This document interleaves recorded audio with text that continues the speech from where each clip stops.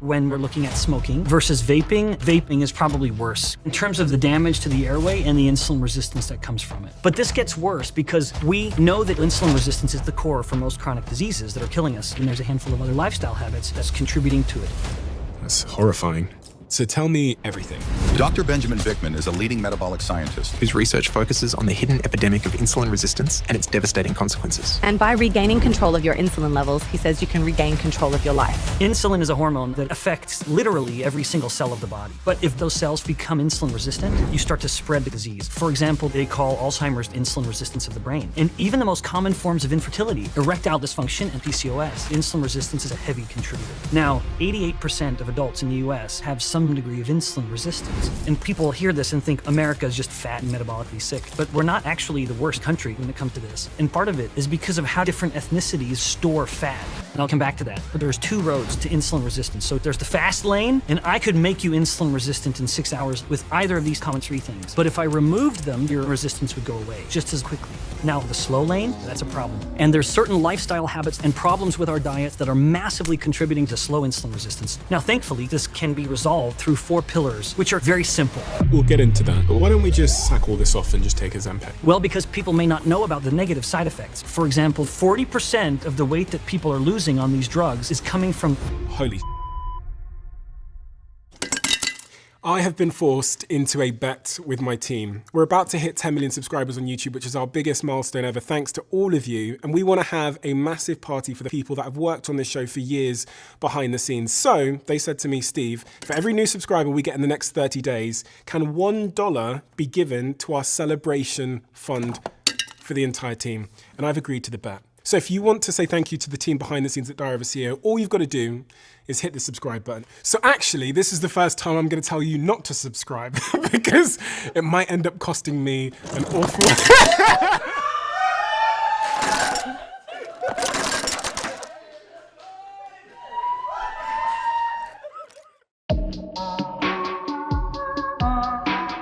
Benjamin, what is the mission that you're on? My mission is to help people appreciate that much of chronic disease, we look at them as these siloed, individual, distinct disorders with totally distinct origins, and yet much of them share a common core. It's as if they're branches growing from the same tree.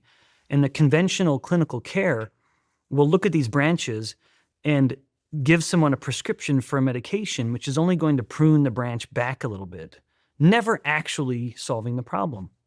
It can just grow right back. And so we can look at most of these chronic diseases that are killing us globally and then say, okay, there are in fact some simple lifestyle changes that can be implemented that will help reduce the risk of not only 1 or 2, but all of the top killers, from things like Alzheimer's disease to heart disease to type 2 diabetes to liver failure or fatty liver disease. All of them share a common metabolic core. That's my mission. And what is that common metabolic core? Yeah, it's a little known problem called insulin resistance.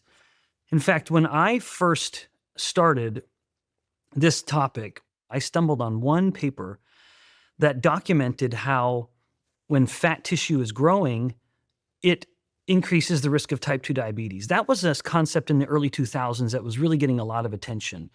Diabesity, this kind of dual epidemic of wherever we see obesity, we see more type 2 diabetes.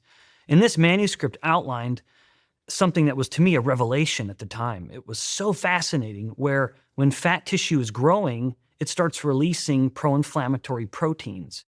That inflammation caused a problem called insulin resistance. And then that got me into this realm of understanding that other tissues of the body, as they become insulin resistant, then you start to spread the chronic disease. And essentially coming to the conclusion that something like hypertension, high blood pressure, which is the most common cardiovascular problem and the main contributor to heart disease. Well, insulin resistance is the main cause of hypertension. They call Alzheimer's disease type 3 diabetes, or more accurately, insulin resistance of the brain. Even the most common forms of infertility, in men, it's erectile dysfunction. Well, that's because of insulin resistance of the blood vessels. In women, the most common form of infertility is polycystic ovary syndrome, or PCOS. That's because of the insulin resistance affecting her ovaries and the ability to produce the proper sex hormones. I guess the really important question here is, what is insulin resistance? And can you explain this to me like I'm a 10-year-old? Oh yeah, for sure. Insulin resistance it's a disorder that has two parts. It's like a coin with two sides, that as much as we think of one side just because we hear the word insulin resistance, but there's another part to it that is very important. So insulin, first of all, is a hormone that we make from the pancreas, a long kind of gland tucked underneath the stomach. And the pancreas is a very busy organ. It makes a lot of different hormones. It makes hormones that come into the blood. It also makes enzymes that go into the intestines to help digest food. But among the hormones that are being released into the blood is insulin. Now, in the person with type 1 diabetes, their immune system has destroyed their beta cells. So they don't make insulin anymore. That's why for a person with type 1 diabetes, insulin is a life-saving therapy. You're giving them what they're not making anymore. But for everybody else, we have beta cells and they're releasing insulin when they need to. Now, usually the main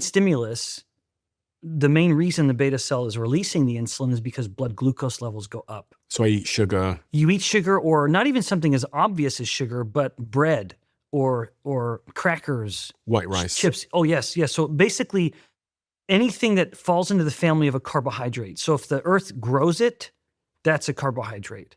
If it's a plant, it's a carbohydrate. Maybe that's a better way of describing it. And so it's going to have starches and sugars, which all is kind of falls into this family of carbohydrate. Depending on how much starch or sugars that it has, then that will result in a bigger or smaller blood glucose or blood sugar response. But then if blood sugar is too high for too long, that becomes very harmful to the body. So insulin comes in and helps lower the blood glucose. And then having done its job, insulin comes back down. So insulin comes out like a taxi and transports all the glucose in my blood to various places around the body to store them? Perfect. So Yeah, it's and like the a main... taxi. Yeah, glucose. that's right. You can look at it's a shuttle, it's a taxi saying, hey, glucose, come on in. I'm dropping you off at the muscle. So mostly, just as an interesting tangent of insulin, before I finish answering insulin resistance, insulin will open the doors for blood sugar to come in and drive the taxi in, mostly at the muscle and the fat. Muscle and fat tissue need insulin to come and bring the sugar in via taxi. However, other tissues, and the brain a little bit as well, other tissues will still respond to insulin, but they don't need insulin to tell it what to do with the sugar. It just takes it in. But even on those, like the liver, for example, if the liver sees sugar driving by in the taxi, it just opens the doors and lets it in. It doesn't need insulin to come and tell it to let the sugar in. However, even at the liver, and every other cell has a similar degree of this, the liver doesn't know what to do with it. So this is back to something I'd mentioned earlier, where insulin's thematic effect at the entire body is to tell the body what to do with energy in all of its forms as these kind of caloric-rich molecules, what to do with lactate, what to do with ketones, what to do with fats or glucose, what to do with amino acids. So insulin will tell the body what to do with all of those things. But again, its most famous effect is to control blood sugar. And that's not wrong, because its most powerful activator is blood sugar. So with all of that in mind, insulin resistance is two problems wrapped into one. The one problem is the most obvious one, which is that insulin isn't working as well as it used to. So back to the analogy of the taxis dropping off sugar, if the muscle tissue has become insulin resistant, insulin is coming and trying to pull the sugar-loaded taxi into the muscle, but the muscle's not listening. So say that again. So the Yeah. insulin's coming past with the glucose inside it. Well, not Carrying technically. it. Yeah, but just to sort of go with your metaphor, but maybe to use another one, insulin comes and knocks on the doors. It's like the bouncer Yeah. at the door. It's coming and knocking on the door of the muscle saying, hey, muscle, I've got some sugar that wants to come in. And normally the muscle will say, oh yeah, sure, okay, open it up the doors and let the sugar come in. When the muscle is insulin resistant, the bouncer's knocking. Maybe there's even, I'm almost getting ahead of myself, but one bouncer, maybe two or three bouncers pounding on the doors of the muscle cell, but the muscle cell's not listening. It's become deaf. That's the insulin resistance of what we call insulin resistance, where some of insulin's effects, like helping lower blood sugar, it's not working very well anymore. And the muscle is just an obvious example because there's so much of it. You know, it is the biggest tissue on the average individual. Someone who's very obese perhaps now has more fat tissue, but even people who are overweight, most of us is muscle. So it's a good tissue to look at. So part of insulin resistance is that of all the things insulin's trying to do, including lower blood sugar, it doesn't do it quite as well as it used to. Some of the cells or tissues of the body have become deaf to insulin's demands. Now, however, at the same time that's happening, insulin levels are higher. And that is really important. And I'll mention an example in just a moment that highlights the difference between the two. But we have to consider anytime we talk about insulin resistance, we think of two things happening in concert. One, insulin isn't working quite as well as it used to in various places of the body.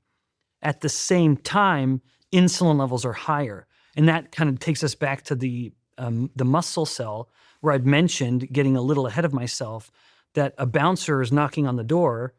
And once upon a time, the muscle cell would hear that one polite knock from that one bouncer, or one molecule of insulin, if you will, and it would open the door and let the glucose or the blood sugar come in. But now the muscle cell, the bouncer, insulin's knocking on the door, but the muscle doesn't listen. It's resistant. And so the body has adapted and it learns, okay, well, if one bouncer wasn't enough, let's send an angry mob of bouncers. And then the muscle will start to open the door. And indeed it can. So those two problems go together.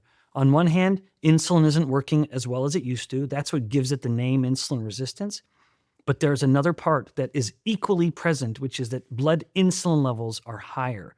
Now, there's earlier at the outset of the conversation, I mentioned that even infertility has an origin, has some degree of development because of insulin resistance. And it's a perfect example of both of these parts of insulin resistance, where in some instances, insulin isn't working very well. Always with insulin resistance, blood insulin levels are higher. So for example, erectile dysfunction is the most common form of male infertility. In fact, its connection to insulin resistance is so strong that just a few years ago, I was so struck by a title of a paper that had just been published, which stated something like, is erectile dysfunction the earliest manifestation of insulin resistance in otherwise young, healthy men? Now, what is the connection? It's because in a normal erectile function, in order for the man to have normal erectile function, he has to experience a pretty dramatic increase in the size of the blood vessels in his body. The blood vessels expand, that increases blood flow, and then he has normal function. Part of that signal that tells the blood vessels that it's time to expand is actually insulin. And so this is what I said earlier, where insulin does so many things in the body, and we only think of it as being relevant to glucose, and that's not fair. Insulin does a lot of stuff, again, including telling blood vessels to expand. Now, unfortunately, in the case of this unfortunate man, his blood vessels become insulin resistant. So now it's insulin coming and knocking on the doors of the blood vessels saying, hey, it's time to expand and increase blood flow. But the blood vessels don't respond. They don't listen. So they stay constricted. Blood flow stays insufficient, and thus he has erectile dysfunction. Look, I don't want to be insulin resistant. No one does. No one does. So tell me how it happens. Yeah, right. Yeah. So the origins are so important because it helps us understand why we've gotten into the situation we are, where it's the most common problem worldwide. There are two pathways to insulin resistance. So two roads that get to the same destination. Again, the destination being insulin resistance. There's the fast lane, which I call fast insulin resistance, and it actually has 3 lanes, which I'll describe in a moment. Then there's the slow insulin resistance, which is it takes a little longer to get there, but at the same time, it takes a little longer to get away from it. So I'll start with fast insulin resistance because the slow one ends up getting a little excitingly complicated, but in a cool way. So with fast insulin resistance, there are 3 things that I could take you to a clinical lab and I could make you insulin resistant in 6 hours with either of these 3 things. But as quickly as it settles in, if I remove those things, your insulin resistance would go away. So these are fast causes, and they're fast resolution. They are stress is a primary cause of fast insulin resistance. So too is inflammation. And then lastly, and this is going to sound somewhat paradoxical, too much insulin is also a cause. And I'll end with that one because I think it's the most important. Then transition to slow insulin resistance. So anytime the body is experiencing too much stress, it will very quickly become insulin resistant. Now, as a professor who teaches endocrinology, no surprise, I define stress in the context of hormones. And there are two primary stress hormones, cortisol and what we call in the US epinephrine, or in the UK adrenaline. Those are the two stress hormones. Now, those hormones are very distinct. They have almost nothing in common. But like when you are feeling a little stressed, it's both of those, especially adrenaline / epinephrine, that are making you feel a little jittery. It's making your heart beat a little faster. You're a little more alert. That all starts to play into a stress response. But what those two hormones have in common is that they both want blood glucose levels to climb. It's kind of their way of saying, hey, we don't really know what's going on right now, but we want to be ready to run away, or that's the fight or flight kind of aspect to stress. And so they want to push blood glucose levels up, and they do very well. That, of course, puts them at odds with the hormone insulin, because these two, epinephrine or adrenaline and cortisol, the two stress hormones, they're pushing glucose up. Insulin wants to push it down. So the more the body has those stress hormones elevated because of, say, sleep deprivation, that's a very effective way to increase cortisol. Or they are drinking too much caffeine. That is a way to increase epinephrine quite strongly. If both of those signals are too incessant, or they continue to be present and climb, then insulin has to work harder and harder, and then we have insulin resistance. So stress is a cause of insulin resistance. But then next is inflammation. You and I were commenting about earlier about how, boy, there's a cold going around. It's flu season. Even then, if a person were wearing a continuous glucose monitor on the back of their arm, measuring their glucose levels, they would see their glucose levels are much, much higher, like significantly higher during the time that they're struggling with this infection. That is a reflection of insulin resistance. Insulin's having a harder time keeping the blood glucose levels in check. Anytime inflammation is up, insulin resistance will be up as well. Even in things like autoimmune diseases, there are reports in humans that document the degree to which someone has, say, active rheumatoid arthritis. Their joints are achy because of an autoimmune attacking of the joints. They will note on some days, like every autoimmune disease, there is an ebb and a flow. Some days it's good, some days it's bad. And on the bad days, if you measure their insulin resistance, it is absolutely locked with the degree to which their immune system is turned on or off, or higher or lower. So inflammation is another cause. And then the last one of the fast lane of insulin resistance is too much insulin itself. Now, the astute listener will realize the kind of circular thing I've just presented by invoking high insulin as a cause of insulin resistance, because they will also think, but wait a minute, Ben, you just said that high insulin is also a consequence of insulin resistance. That, back to the bouncer knocking on the door of the muscle cell, if one bouncer wasn't enough, or one molecule of insulin wasn't enough, the body will say, okay, well, let's send 10 molecules of insulin. So high insulin is both a consequence of insulin resistance, but it's also a cause. And this is reflective of a fundamental principle in all of biology, that if there is too much of a stimulus, a cell, if it's capable, will try to become resistant to that stimulus. This would be like a funny analogy of in the Bikman home. My darling wife is home with the children. That is what she wants to do. She is full-time mom. When I'm home, and I try to be home as much as I can, it's funny for me to note the difference in how quickly we each respond to our children. I will hear my child saying, "Mom, Mom, Mom," and she's not responding. Mom has heard this for so much that she's become kind of selectively deaf to when my children are demanding her attention. I'm not as around my children quite as much because I'm working during the day. And so when I hear that, it's a very fresh signal to me. I've not heard it so much that I've become deaf to it. And so I will respond even though I'm in the other room because I'm so much more sensitive to the clamoring for attention. This is like the body in response to insulin.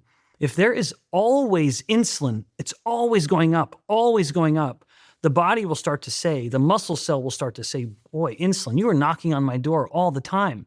This is getting old. I'm not responding anymore. I'm not going to listen as much as I was before. So in that sense, insulin, too much insulin becomes a cause of insulin resistance. And back to what I said earlier, I could take you into the lab, start infusing you with just a little drip of insulin to increase your insulin, and over just a few hours, you would become demonstrably less sensitive to it than you were before we started. But again, as I take that away, give your body a few hours and it's back to normal. In every one of those instances, it's a fast onset and it's also a fast solution if we can take it away. If we can take it away, but if we can't take it away, does it become sort of chronic? Yeah, so at that, symptoms? especially, all of these can contribute to a more lingering insulin resistance, but especially insulin, where I focus on that one the most because of not only its relevance to the slow lane, but also just how present it is, where 70% of all calories globally are carbohydrates. And now, perhaps with the best of intentions, our experts are telling us that we should be eating 6 times a day. And so we wake up in the morning, insulin has finally been coming down while we've been fasting overnight. Insulin gets to take a little bit of a break. We're fasting. Then we break that fast by eating breakfast. And in the UK, as it is in the US, by and large, this is going to be a very starchy, sugary breakfast. It's toast with some jam, or it's cereal, or it's bagels. That is almost pure glucose. And so what do? We wake up, we eat breakfast, we spike our blood sugar levels, and insulin has to come up. Insulin will take longer to come down than the blood sugar will. It will wait in the blood to make sure that all the blood sugar has gone back to normal. So depending on how much carbohydrate we ate for breakfast, it could take our insulin levels 3 or even 4 hours to come back down to normal. Long before it's had a chance to come back down to normal, we've had a mid-morning snack, of course. We need to go get a sugary coffee and another bagel or something. And so after just a couple hours, we do it again. And once again, before insulin has had a chance to come back down, we have a starchy, carbohydrate-heavy lunch, then an afternoon snack, and then a carbohydrate-heavy dinner, and then, of course, we have to have an evening snack before we go to bed. So the average individual is spending every waking moment in a state of elevated insulin, and thus the signal never really goes away because they never give themselves a break. But one of the consequences of that I mentioned, which is that it directly causes insulin resistance. But when insulin is high, it starts to have a signal on the fat cell. And that then brings us to the slow insulin resistance, where you have something happening in the fat tissue that begins to set the stage for insulin resistance in the entire body. And it takes longer to settle in, but it takes also longer to go away. That's why I call this one slow insulin resistance. Now, in the case of insulin, most people, so the key with I'll explain it this way first. So the most relevant feature with fat tissue contributing to insulin resistance is the size of each fat cell. When we typically think of fat, we would maybe say, okay, Steve has, I'll do this in kilos for the UK audience. Steve has 10 kilos of fat on your entire body. That's probably too much for you. Ben has 20 kilos. And yet, it's possible that I'm healthier metabolically than you. And that's because it's not the mass of fat that matters most. It's the size of the fat cell that matters. This is why women, despite universally being fatter than her male counterparts, are healthier with regards to insulin resistance and every single metabolic problem. It's because women, as a result of her particular sex hormones, have more fat cells, but they're smaller. So she has more fat, but smaller fat cells. And small fat cells are healthy, insulin-sensitive, anti-inflammatory fat cells. But the bigger the fat cell gets, the more it initiates a cascade of events or a series of events that creates insulin resistance. And am I right in thinking we have the same amount of fat cells for our whole life pretty much? That's a really, really safe assumption for most people. Yeah, for most people, a fat cell, sometimes students will hear that fat cells are immortal. That is not true. But they're long-lived. Fat cells will live about 10 years. And so typically, by the time, if you look at a newborn, during infancy, childhood, and puberty, the number of fat cells is going up, up, up, up, up. Once they finish puberty, so mid to late teens for a young woman, late teens or even early 20s for a young man, usually at that point, the number of fat cells they have is going to be very static. This is something people don't really understand, and I actually discovered it from doing this podcast and speaking to so many experts about this, that we pretty much, especially as an adult, have the same amount of fat cells, really regardless of what we eat. Yes. And it's actually just the fat cells we have shrinking Or growing. or expanding. Exactly. That's exactly right. Now, there are differences across... Which, by the way, makes liposuction a pretty fucking bad idea. In fact, it makes things worse. Please, let's make sure we come back to that. Okay, I'll write down liposuction. Because it really becomes, the person ends up, their vanity ends up really ruining their future metabolic outcomes. But there are differences across ethnicity. Like, this is a little oversimplified, but not much. On one end, you'd have Caucasians, kind of Northern European Caucasians. On the other end, you'd have East Asians, like Chinese, Japanese, Korean, East Asians. And then if you look at that same spectrum of people making fat cells through their life, an East Asian will be making fat cells and then stop right about here. About sort of... So very few fat cells, relatively speaking, across all the ethnicities. They have very few fat cells. A Caucasian on the other end of the spectrum, they went way higher.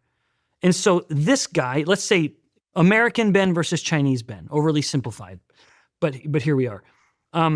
So much of fat mass isn't the number of fat cells, even though American Ben has more, it's the size of the fat cell. So I could be the same percent body fat really as Chinese Ben, but that would just be because my fat cells were just that much smaller. But this is the problem then. If you have, let's say, American Ben and Chinese Ben both gained 10 kilos of pure fat over the next 10 years, very easily done. Most people do that quite often. Caucasian Ben just doesn't look as good in his Speedo, which as a pasty Caucasian, he's not going to look particularly good in that Speedo anyway. But I just am bulging a little more than I was before, but otherwise I'm healthy. My blood pressure's fine, my blood sugar's fine, everything's normal. Put that same 10 kilos of fat on Chinese Ben, hypertension, type 2 diabetes, fatty liver disease, infertility. And that is because Chinese Ben had fewer fat cells to start with. And so those fat cells, as the body was told to store fat, those fat cells were getting much, much bigger, much sooner. And the fat cell promotes insulin resistance very, very readily. And so that logically moves into the question of, well, what makes fat cells grow? And it is two essential variables that we only ever look at calories. And yet, if you take a person with type 1 diabetes and say, I want you to eat 10,000 calories, but don't give yourself your insulin injection, they cannot gain weight. It is literally impossible for the type 1 diabetic to get fat if they are skipping their insulin injections. In fact, this is so known that if you take, let's imagine a young woman who would maybe have more pressure to be thin than her male counterpart, although it's happening more in males too. Imagine a young girl who gets diagnosed with type 1 diabetes at the age of 13 or 14. Very impressionable time. She's very worried about how she looks and how thin she is. She learns that, wait a minute, I can eat whatever I want, and all I have to do is not inject my insulin, and I'll be as skinny as I want. And it works. It works so well that it's actually a formal eating disorder called diabulimia. So the fact that this exists is absolute proof that the growing and the shrinking of the fat cell is more complicated than just calories being high or low. Because like I'd said earlier, when I talked about hormones are a way for the very tissues of the body to know what it ought to do with energy. And so a fat cell will have energy all around it. And if it doesn't have insulin to tell it what to do, it won't do anything with it.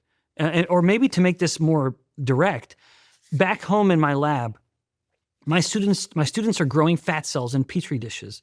These fat cells are swimming in a little sea of calories, lots of glucose, lots of fats, and yet they stay really small until we add insulin. The moment we add insulin into that little Petri dish, if we check those cells 4 hours later, they're immediately fatter. If we check them 4 hours later, they're fatter still. Now they know what to do with the energy they have. So with slow insulin resistance, it develops when fat cells get really, really big. It's like because they have to tell insulin, you are telling me to keep growing. I can't keep growing. I'm so big that I'm going to pop. I mean, literally, the fat cell can get so big that it degrades its membrane. It's like a water balloon that a naughty little boy has overfilled and it's about to burst. The fat cell doesn't want to burst. And so it tells insulin, you are trying to make me grow. You're telling me to grow. I can't listen anymore. I'm becoming insulin resistant to stop growing. So insulin makes you fat? Oh, very much. Now, a moment ago I said that the big fat cell is two variables. You must have both. You must have both a signal to tell the fat cell to get big, which is insulin. There's no other signal that can do it. You can, in a human, just simply take away the insulin, like type 1 diabetes. It doesn't matter any other hormone in the body. It does not matter. They cannot get fat. They could eat 10,000 calories of chocolate cake. They cannot get fat. Not only can they not get fat, they can't hold on to their fat. Because if there's no insulin to tell the fat cell to hold on to it or get big, it has to shrink. It's breaking down its fat. So the body goes into such a dramatic fat-burning state in the absence of insulin that keeping fat becomes impossible. So the insulin signal is necessary to tell the fat cell what to do. But the fat cell will say, okay, insulin, you're high, you're telling me to grow, but what am I going to grow with? That's where the calories come in. Now the fat cell will say, hey, fats and glucose in the blood, insulin has told me to get big, and so I need to pull you in to help me grow. You're going to give me the bulk. And if you have one without the other, it is death. So if I'm eating 2,000 calories and I have a different insulin sensitivity to you, say we both eat 2,000 calories and I'm insulin resistant, doesn't that mean that You'll store more as fat. Oh, okay. Yeah. So your body, now it would partly depend on, there are people where if all of your fat cells had reached its maximum point, then you're done. You're not going to gain more fat. You're just going to become more and more and more insulin resistant. Okay, fine. So you kind of start limiting yourself. But there are studies in humans to show that if you give humans isocaloric meals, so the exact same number of calories, but they in the same amount of protein, but you differ those meals based on the amount of carbs to the amount of fat. So let's say 2 meals, exact same calories, 2,000 calories, or that's in one meal, that's too high, 1,000 calories in one meal. One version of this is the conventional way of eating, which is lower fat, higher carb. The other meal, same number of calories, but it's lower carb, higher fat. This lower carb, higher fat version will have a lower insulin response, and they will store less fat from that meal. And someone would say, well, where do the calories go? You can't, it's the laws of thermodynamics. You can't destroy energy. The metabolic rate will go up. So when insulin is low, if you have someone going a full day eating the same number of calories but lower carb calories, their metabolic rate will be almost 300 calories higher in that day. And metabolic rate is that's the total amount of energy that it just costs you and I to just live. Okay, so you risk going through the day. But that's a significant amount. Like if you and I were to go exercise and say, let's go burn 300 calories, we got to be on the stair stepper for an hour or something.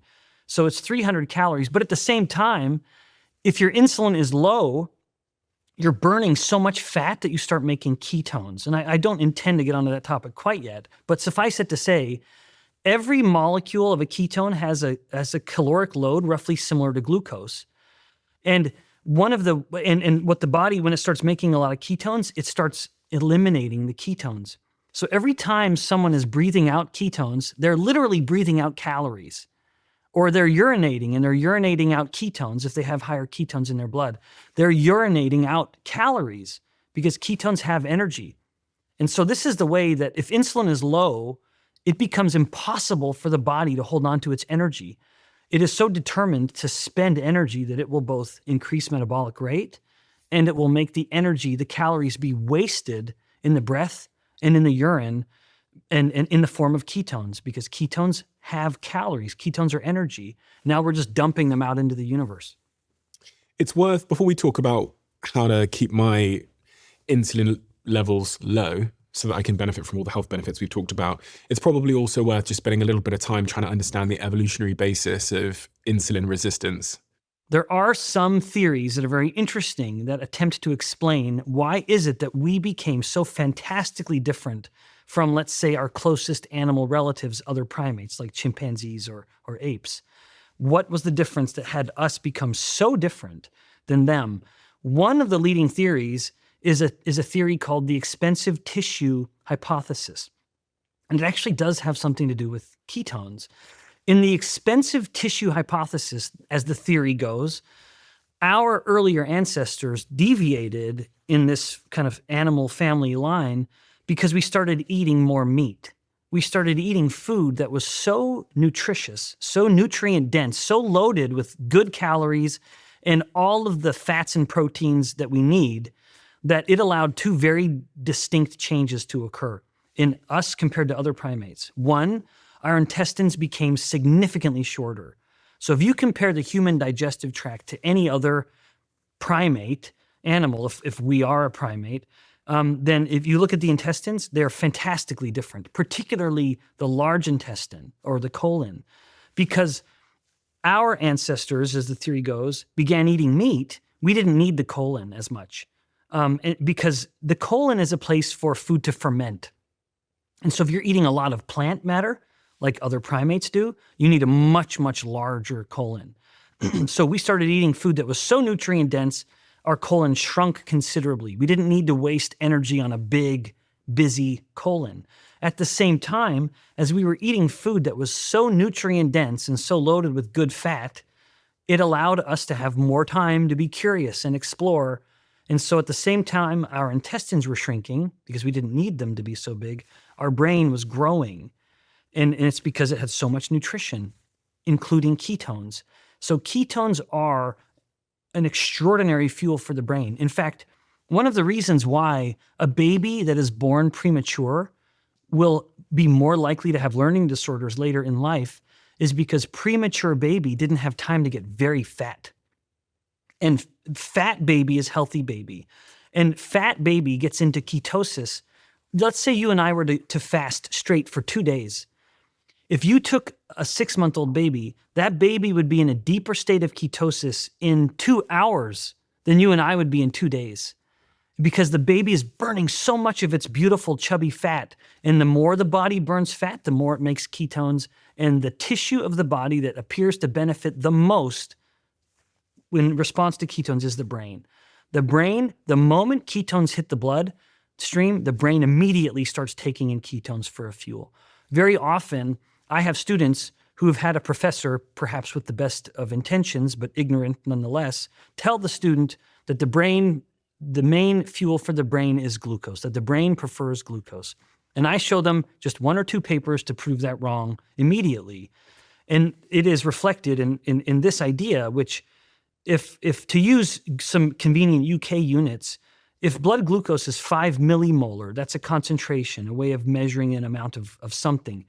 Blood glucose may be 5 millimolar or 80 milligrams per deciliter for the American audience. That would be a normal glucose. And if you and I were to fast for 24 or so hours, we may get up to about 1 millimolar of ketones.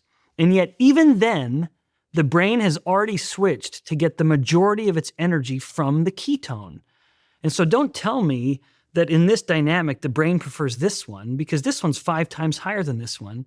And even in that scenario, the brain is already getting more than half of its energy from the ketone. So all of this is my long-winded way of saying, when we look at the principles of evolution, one of the leading theories is this idea that we began eating essentially a meat-heavy diet that, again, is so nutritious that it allowed our brains to grow. Maybe one final point on this, although it is a bit of a barbed comment. People may find this somewhat amusing or disappointing or frustrating. The title of a book just published, which is that vegetarians have smaller brains. This is seen in humans, that the less a human eats meat, then the smaller the brain becomes. The brain is so dependent on the nutrient density that comes from animal-sourced foods that it will suffer when it doesn't get them.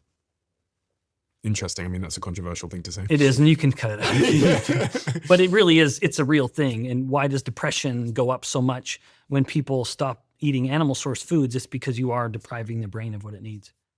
What is it exactly you're depriving the brain of in that situation? Yeah. So at least, among other things, at least it would be the essential omega-3 fats. So there are 3 omega-3s, and humans can only get one from plants, but it's one that the humans don't use. We need the other 2, and they only come from animal source foods. And you could supplement. Absolutely. Right. And that would... Yeah, you can. But so the solution in that regard is the vegan must be educated enough to know what they're deficient in, and then wealthy enough to afford the supplements to make up for it. So is that the only evolutionary sort of hypothesis towards why we develop this insulin resistance? Oh, yeah. In fact, it's funny that you bring the question up again because I realized I didn't quite answer it that way. So insulin resistance, why would it exist at all? It would probably be a way for the body to know when it was needed to hold on to energy a little better. So now, I say that now, and someone would think, well, but why would I want to hold on to energy in a way where it's causing hypertension and Alzheimer's disease and increasing the risk of heart disease? Not all versions of insulin resistance are negative. So there is what all the insulin resistance that you and I have been talking about is pathological insulin resistance or harmful insulin resistance. Insulin resistance that serves no good purpose and it's making us sick. However, there is insulin resistance in human development, which is physiological or helpful. It's supposed to happen. And that is the 2 P's of physiological insulin resistance, puberty and pregnancy.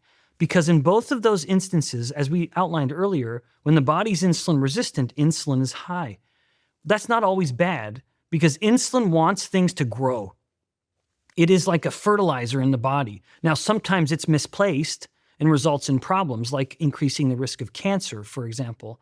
But in other instances, if you have a young child who needs some explosive growth during puberty, well, then that's really helpful. Insulin's telling the body to store more energy, to build up tissues, including muscle and bone, but also including fat. So in pregnancy, insulin's playing a role in growing the placenta. It sure is. The breasts. Yeah, so in the woman, after she's finished puberty, the only other time of growth she'll ever have will be pregnancy. And so those are the 2 instances where the body has become insulin resistant to take advantage of the heightened scenario where it can grow. Because the woman's body needs more fat. Oh, goodness, yes. Yes, so her body not only needs to grow tissue mass, like the uterus has to get much bigger. She has to grow a placenta. She also needs to become a little insulin resistant to give a little more glucose to her baby because she is, after all, now living for 2 people. And so as her body becomes insulin resistant, it actually facilitates the growth of the baby a little more rapidly. But as you noted, it helps her store more fat. And progesterone is another hormone that even accelerates that process. But basically, it's her body's way of saying, hey, I am committing to growing another human, and it's going to be metabolically very demanding. And so I'm going to have as much extra fat or as much extra energy as I can in order to ensure that if there's any sort of scarcity in food that happens during the course of the pregnancy, I'll have enough energy to get through it all. And then maybe I'll even have enough to continue to feed the baby with lactation after the baby's born. What is gestational diabetes? Yeah, it's a great question. Gestational diabetes is essentially type 2 diabetes of pregnancy. So it's a perfectly timed question because if you look at the average woman who is very healthy, very insulin sensitive at the beginning of her pregnancy, so glucose is normal and insulin is normal.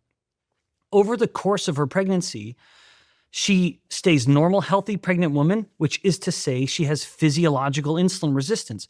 She doesn't get diagnosed with gestational diabetes though, which means her glucose is normal. But to keep her glucose normal, because she is insulin resistant, but for a purpose to help her body grow, her insulin levels are high. And then the glucose is still in a normal range.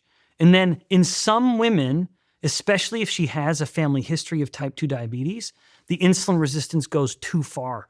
Now she has high insulin, like all pregnant women do, but she's not able to keep her glucose levels in check. So if I'm eating loads and loads of sugar throughout a pregnancy... That will compound the problem. Absolutely. So then she will go from the normal insulin resistance of pregnancy into the insulin resistance of diabetes. So it really is like type 2 diabetes, but a microcosm of it, a mini version that was really instigated or initiated because of the pregnancy, combined with a bit of a genetic predisposition, combined with her eating the worst possible way. Does that then impact the future baby? Oh, for sure it does. Yeah. So think about, it's almost like the baby is literally developing in a hyperglycemic, hyperinsulinemic environment. So the baby gets hardwired to want to continue to exist in a state of high insulin and high glucose after the baby is born. And so yes, the offspring of mothers who have gestational diabetes are significantly more likely to gain weight and be chubbier or fatter than their counterparts and to later develop type 2 diabetes. Yeah, a resounding yes. I read in your book that these infants have a 40% higher chance to be obese and have metabolic complications in their teenage years and beyond. Yes, I mean, a significant thing. And I say that with all of the sympathy I can for the mother who may be struggling with this, but it is certainly a motivation for mom to just be mindful of what you're eating. One of the things that I saw the other day on social media, which I wanted to ask you about, was this. I've got a picture of it here. It was someone online that posted this photo and they said, well, this graph, and they said, we need to figure out what's going on here. This is the graph. I'll put it on screen for anybody that's watching, but also it will be linked in the comment section below. It essentially shows that over the last, let's say, 20 years, there's been a really significant rise in cancer amongst women. But when we look at cancer amongst men, it's pretty flat. Mm-hmm. And this is cancer incidence by age and gender up to 49 years old. Mm-hmm. And I was wondering if you had any thoughts on why this is happening. Yeah. A few thoughts come to mind. Whenever I see these kinds of reports, I always make sure I look firstly at what are they actually measuring? So just to set the stage, this is the number of women who are being diagnosed with cancer. So not dying from cancer, but it's going up. So one simple explanation, although perhaps the most disappointing, could be that more women are going in for testing younger. And so we're just seeing kind of an artifact of more women are just going in sooner and they're detecting a problem that they wouldn't have otherwise detected, for 10 or 20 years, which is a good thing. You want to detect cancer as soon as possible. So that's the boring answer, that it could be a reflection of just more women going in for ultrasounds or MRIs or mammary scans, whereas men don't ever get tested for anything, which is why we die more from everything, possibly. But to give a more exciting answer, this is very, very likely almost entirely driven by breast cancer. Breast cancer is the main cancer for women by far. And so if I had to guess, I bet almost all of this increase in cancer incidence is because of breast cancer. Why might that be going up? I would suggest there's probably a couple instances. One, although people might not appreciate this, is that one of the best ways for a woman to reduce her risk of breast cancer is actually having babies. It's very well known, very well documented, that if a woman has babies and breastfeeds, her risk of breast cancer goes down. So yeah, in fact, it's very meaningful. I actually don't know the reasons for it. It could be the changes in estrogens during lactation phase. I've just actually done a quick search here I put a picture of that graph into AI and asked it the same question. And it said pretty much what you said. It said there's a rising breast cancer incidence according to Cancer Research UK. The other one that it came up with is obesity trends. Oh, yeah. I promised I was going to talk about that. I wouldn't leave that. Yeah. Sorry for interrupting there. No problem. And then the other one was delayed childbearing. That's what I'm saying. Which is what you were saying. Yeah, so as childbirth rates are going down, it does increase the risk of breast cancer. Now, as I'm a cell biologist, right, I like to understand a direct mechanism. And so as much as I invoke the perhaps lower rates of childbirth among women, I don't know the mechanisms, so I'm sort of loath to describe it. The mechanisms I'm very familiar with are the metabolic, which is if you take breast tissue that is tumor tissue and compare it to, like if you take a breast tumor and compare it to the normal tissue right next to it, like that it would have shared its origins with, the cancer from the breast will have 7 times more insulin receptors than the normal breast tissue. So the idea of this tracking quite nicely with obesity rates going up over the past 20 years, I wouldn't say that it's the obesity per se, but I would say it's the entire metabolic milieu, which is the insulin resistance, that as much as the high insulin is promoting fat cells getting bigger, that high insulin is also accelerating the growth of the tumor cells. Because again, one of the main mutations in breast cancer is a 7-fold, so a 7 times increase in the number of insulin receptors. And insulin wants to tell things to grow. So it's no surprise that almost every tumor that's ever been measured for having insulin receptors will have a lot more. It's basically telling its neighboring cells, insulin's going to come by and it's going to tell us all to grow. I want to grow more than you. And that's what cancer is. Cancer is growth, unregulated growth. Insulin tells things to grow. So the connection between obesity with the rising incidence of breast cancer is very, very likely a consequence of the rising incidence of insulin resistance. You know, one of the big subjects you touched on at the start was Alzheimer's and dementia. Yes. And I have heard several people on this podcast tell me that they think of Alzheimer's as type 3 diabetes. Worldwide, there is a new case of dementia every 3.2 seconds. It seems like, I don't know if this is true, but is Alzheimer's and dementia on the rise?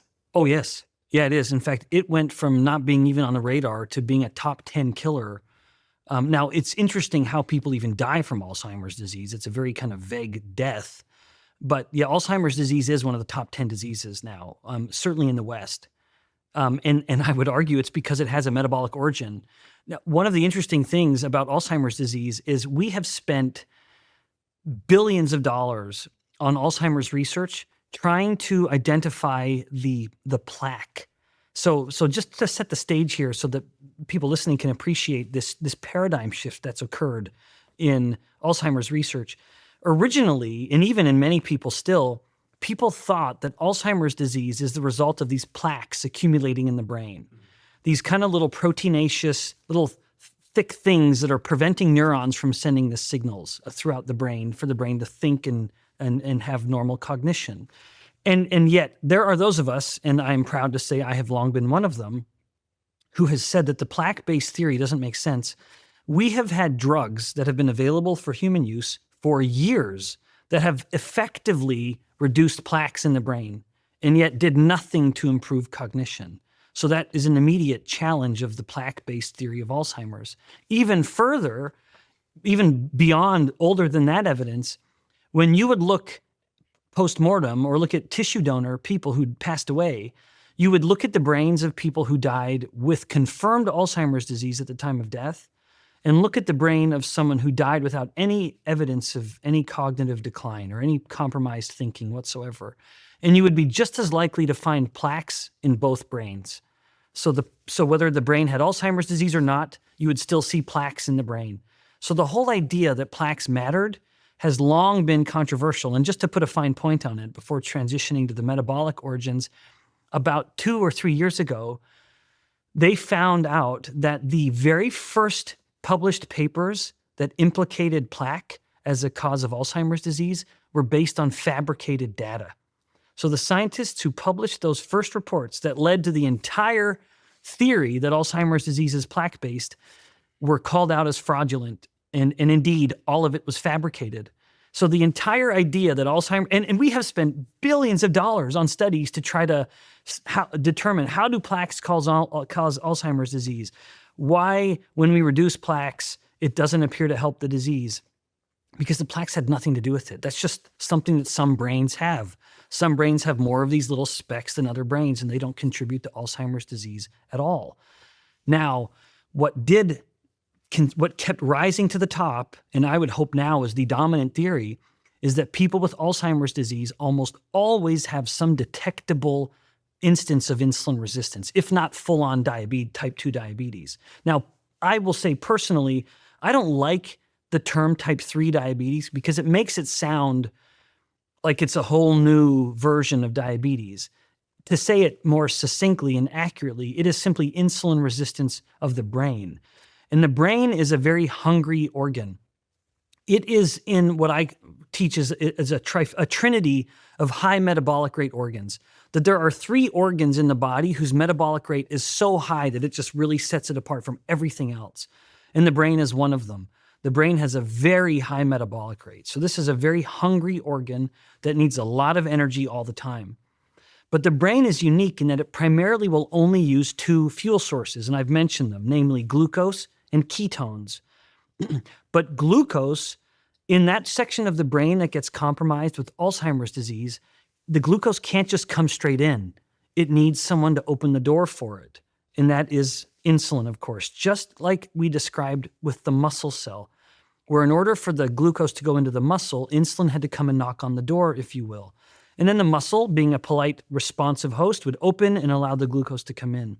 The brain is similar, that in that section of the brain, it has doors that need insulin. It's locked until insulin comes and opens them. So even though glucose levels may be high in the blood, like in type 2 diabetes, you would think, well, the brain can just get all the glucose it wants. And yet it cannot, because it has insulin regulating the entrance of the glucose. And if the brain is insulin resistant, there's not enough glucose coming in. And thus the brain is forced to rely on the only other fuel that it can rely on, namely ketones. But the same person who's eating all the time to keep their blood glucose high all the time has so much insulin in their blood that they're never making enough ketones to fill the gap. You know, and mind the gap. And the brain has an energy gap now, and where the brain needs, you know, an amount of energy. I'm kind of acting it out for those that are watching, but the brain has a certain energy demand that it needs. And if there's a lot of glucose in a healthy insulin-sensitive person, glucose will fill all of that need. But as the brain becomes progressively insulin resistant, it cannot get all of its energy from glucose. And thus there's an energetic gap. And in the absence of ketones, there's nothing to fill that gap. And the brain says, well, I don't have enough energy to keep functioning as well as I did before, so I have to reduce my function, which manifests as a reduction in the ability to think and process. In other words, cognition goes down. But what's so interesting is I just got finished describing a scenario that scientists refer to as brain glucose hypometabolism, or a reduction in the amount of glucose the brain is using. There are scientists that measured this. We don't in my lab because we don't do these kinds of techniques, but you can actually infuse people with the glucose that you can take pictures of and see how much the brain is taking it in and metabolizing it. In Alzheimer's disease, the brain is not getting as much glucose, so they call that a hypo, or a reduction in metabolism of glucose. And as much as you and I are describing that scenario as relevant for Alzheimer's disease, you can essentially open up the book of neurological disorders and see the same thing. Depression has a brain glucose hypometabolism to it. Migraines have a brain glucose hypometabolism. Epilepsy and Parkinson's disease. So all of these disorders of the brain, of the central nervous system, the one thing they all have in common is the brain isn't getting enough energy from glucose. And another way of saying that is the one thing all of those seemingly unrelated brain problems have in common is that they all have some degree of insulin resistance. But then it's no surprise that they all benefit when ketones can swoop in to save the day. But that only can happen if the person is giving their body a break from the insulin long enough to actually start making ketones. Really, really interesting on this point of Alzheimer's, because I don't think people have spent enough time talking about the link between insulin resistance and Alzheimer's. And one of the things I was looking at there was how many people with Alzheimer's meet the criteria for insulin resistance. And some studies have it at 40%. There's a study I found here that has it at 70 to 80%, which I wanted to cite. Exact percentages vary, but one example is a study in the Journal of Neurology in 2011 that found insulin resistance at approximately 40% of individuals with Alzheimer's. But another study in Alzheimer's patients sometimes found it to be as high as 70 or 80%. For instance, research by Dr. Suzanne Dilamonte at Brown University has drawn attention to the concept of type 3 diabetes. Yeah, again, I don't love the term, but I appreciate the use of it, which is, it does suggest a metabolic origin. But even you look at those ranges, Stephen, you'd say, well, one was 40, one was 80. Boy, what a difference. I suspect a lot of that is just how did they measure insulin resistance? Right. If they were looking at the glucose, like so many do, you're just going to miss a lot of people. Yeah, it's quite hard I think there's different criteria, right, for how one defines someone as insulin resistant. Well, and that's right. That's because there's not enough training, which is, at the beginning of the conversation, you asked my mission. One of my missions is to help people learn what to look for. What do they need to be looking for? Yeah, they need to be looking at insulin. So Is that easy to measure? Well, it is technically easy to measure. It's just that we don't have enough systems in place to enable it. Like, again, if someone listening in the UK were to go to their GP and say, "Can you measure my insulin?" In many instances, they literally can't get it done. The system just isn't in place to take it to the lab and measure it. Now, some do. I know some physicians in the UK who do so, and they have developed their own way of getting it done. And they're incredible advocates of this whole idea. But it is harder in the UK and in Canada, where the system is such that they have said, out of ignorance, but perhaps well-placed or well-intentioned, they will say, well, insulin isn't a marker that matters. It is. And if you're measuring insulin resistance, just to put things back to where we had talked about it earlier, many people with insulin resistance have normal blood glucose levels. It's the insulin that's high. And so I would say if a person can get their insulin measured, get it measured. In US units, if it is anything above about 10 microunits per mil, that's a warning. In UK units, if it's anything above about 40 picomoles, that's a warning. Insulin is high, you could have insulin resistance. And you could be skinny. Oh, yes. And have insulin resistance. Yes, that's especially depending on the ethnicity.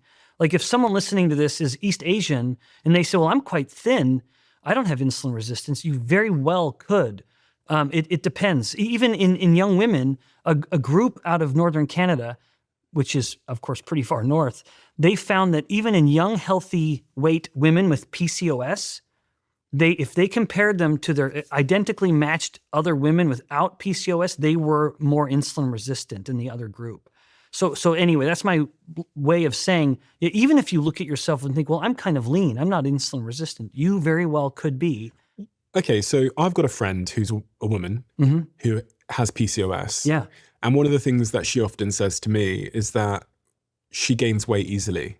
Is this true? Oh, for sure. And in fact, I wouldn't be surprised if she does, because the fact that she has PCOS is not absolute evidence, but very likely evidence that she has insulin resistance, which would mean at any given moment, her insulin is at the risk of being a little higher than her non-insulin resistant counterparts. So if she goes and gets the test done, I bet her insulin would be high. And so all that would mean is, which is good. I mean, knowledge is power. And my hope would be that as someone goes and gets their insulin measured, and there are a handful of other tests they could also look at, but that's the most succinct, then it would be all the more impetus or encouragement to say, okay, I listened to Stephen and Ben, I really do need to start making some changes. And even in PCOS, there are reports that document the absolute reversal of the disease with nothing more than just dietary changes. I was looking also a second ago because we mentioned ethnicity a few times, and it says, the research I was looking at says that East Asians have fewer fat cells and they're more resistant to obesity-related metabolic issues. Well, that's second part of that statement is not true. They're more resistant to obesity, but they are like, if it's an interesting dichotomy because okay, I got you. Yeah, so they're more, understand. you like to find a Japanese man who's as fat as the average American. Boy, you're going to have to look. It's hard. It's hard, but to find a Japanese man who is just as much likely to get diabetes, type 2 diabetes, very easy. Africans have more fat cells typically. Yeah, so on that ethnicity, if now there's a lot of kind of wiggle room here, but on one end we'd have Caucasians, blacks would be right nearby. African ethnicities would be quite close to the kind of Northern European ethnicity. And then we would move through, and I don't mean to miss anyone here, but on the other end, it would be East Asian. And then sprinkled through that would be Latino. Latino would be somewhere in the middle, kind of Hispanic. And then other Southeast Asian and then East Asian, kind of on the worst end, or the least sensitive, or the most sensitive to their fat. The most sensitive to their fat. This actually is a concept that has been presented called the personal fat threshold, which is this really interesting idea born from a group in Australia suggesting that across every individual body, which of course is heavily influenced by both ethnicity and sex, like we'd mentioned earlier, a body is going to have a rate at which it can store fat in a healthy way. And then once that threshold is met, any further pressure to store fat will start creating insulin resistance. And that threshold is essentially how many fat cells do you have and how much room do they have? So if you have more fat cells, you have a higher fat threshold. You can get fatter before it starts to hurt you. Does your fat distribution also matter here? It does. Different Yeah. races, this research is telling me, have different fat distribution. It's saying that Africans have better fat distribution, lower visceral fat, and less metabolic risk because of that. Yeah. Caucasians, moderate fat cell quantity, more prone to subcutaneous fat accumulation, Subcutaneous. that's the fat around the organs, Yeah, right? so Caucasians, so let's say Northern European, African, both store more of their fat subcutaneously, which is the fat just beneath the skin, or the fat that you can pinch and jiggle. That has an ability to expand more because there's nothing really to limit it. However, the other place for people to store fat is their visceral adipose, which is the fat that is tucked within the abdominal cavity, so tucked around the organs. It's sort of surrounding the kidneys and the intestines and the liver. That is an unhealthy place to gain fat. But an East Asian, all things equal, is putting much more fat there than they are subcutaneously. The advantage of subcutaneous fat is Which is the fat on the outside. Yeah. So the Like fat belly beneath fat. the skin, the loose belly fat, the fat that can pinch and jiggle, that fat has a greater ability to make new fat cells. So as much as earlier you and I said fat cells remain static, for the most part they do. There's a little bit of wiggle room where it can go up, and that's purely subcutaneous. And Hispanics have higher fat cell quantity, more visceral fat, Yes. and increased risk of obesity-related conditions. Yes, and so the problem with visceral fat is this is such a finite space. There's so little room within the core of your body that if we allowed those fats to multiply, it could theoretically start physically compressing on tissues. Right. And so those fat cells only grow through hypertrophy, which is the thing we talked about earlier with slow insulin resistance. Subcutaneous fat cells are more abundant but smaller. Visceral fat cells are fewer but much larger. And so any ethnicity, including Hispanic or Asian, that promotes relatively more fat storage in the visceral space is going to suffer from the consequences of that fat much sooner. And again, it still comes back to size. The bigger the fat cell, the sicker the fat cell. According to Alzheimer's Disease International, the total number of people living with dementia globally is expected to reach 139 million by 2050, which is up from around 55 million in 2020, which I imagine is in part related to people living a bit longer than they once did as could well. be. Although over the past few years, life expectancy actually turned down for the first time in the history of modern world. So who knows if it will continue to go up. But yeah, it could be people are living longer. I mean, one of the effects of modern medicine is that people live longer with disease, Alzheimer's included. But it's absolutely a consequence further of our overall metabolic milieu that we put ourselves in a position where we're making our brains insulin resistant, and thus they're going hungrier and hungrier. There's a study you talk about, which you've cited before, that shows that if you move visceral fat from an obese animal to a lean animal, this immediately caused insulin resistance. Yeah, in the animal that received it. Okay. Yeah, so just to be clear, if we took what they did in this study just to reflect why or that different depots of fat are harmful. And so the human body has two distinct fat depots, and you and I described them: subcutaneous, which is the fat beneath the skin, or visceral, which is the fat tucked within the organs of the abdominal space. And if you move subcutaneous fat, Which is like the belly fat. the belly fat, and from one animal to another, you couldn't do this in humans. If you move belly fat, if you will, or subcutaneous fat from one animal to the other, the animal's very healthy. It's no problem. Subcutaneous fat is inert. It really is just sort of hanging out there and minding its own business. But in that same study, if you move the visceral adipose over, now all of a sudden that animal that got that extra dose of visceral fat is going to become sicker. It's going to become more insulin resistant and diabetic because you've increased its visceral fat, the amount of fat that it has in that space.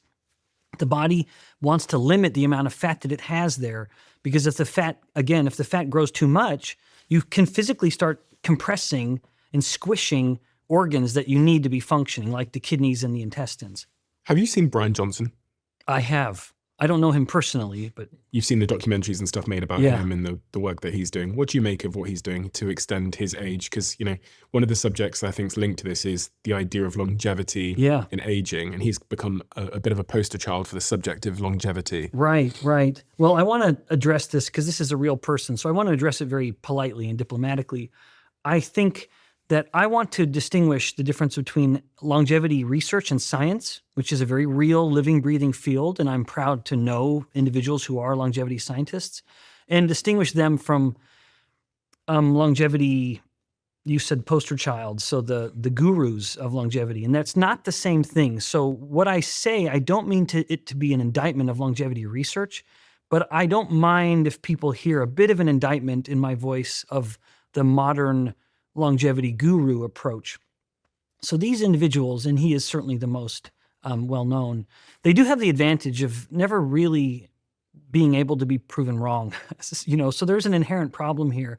But I will say that the application of being a longevity expert, or not a scientist, but a guru, and I don't mean for that to be negative, but it does have a bit of a negative sound to it, is that you have to rely on what I would call weak evidence.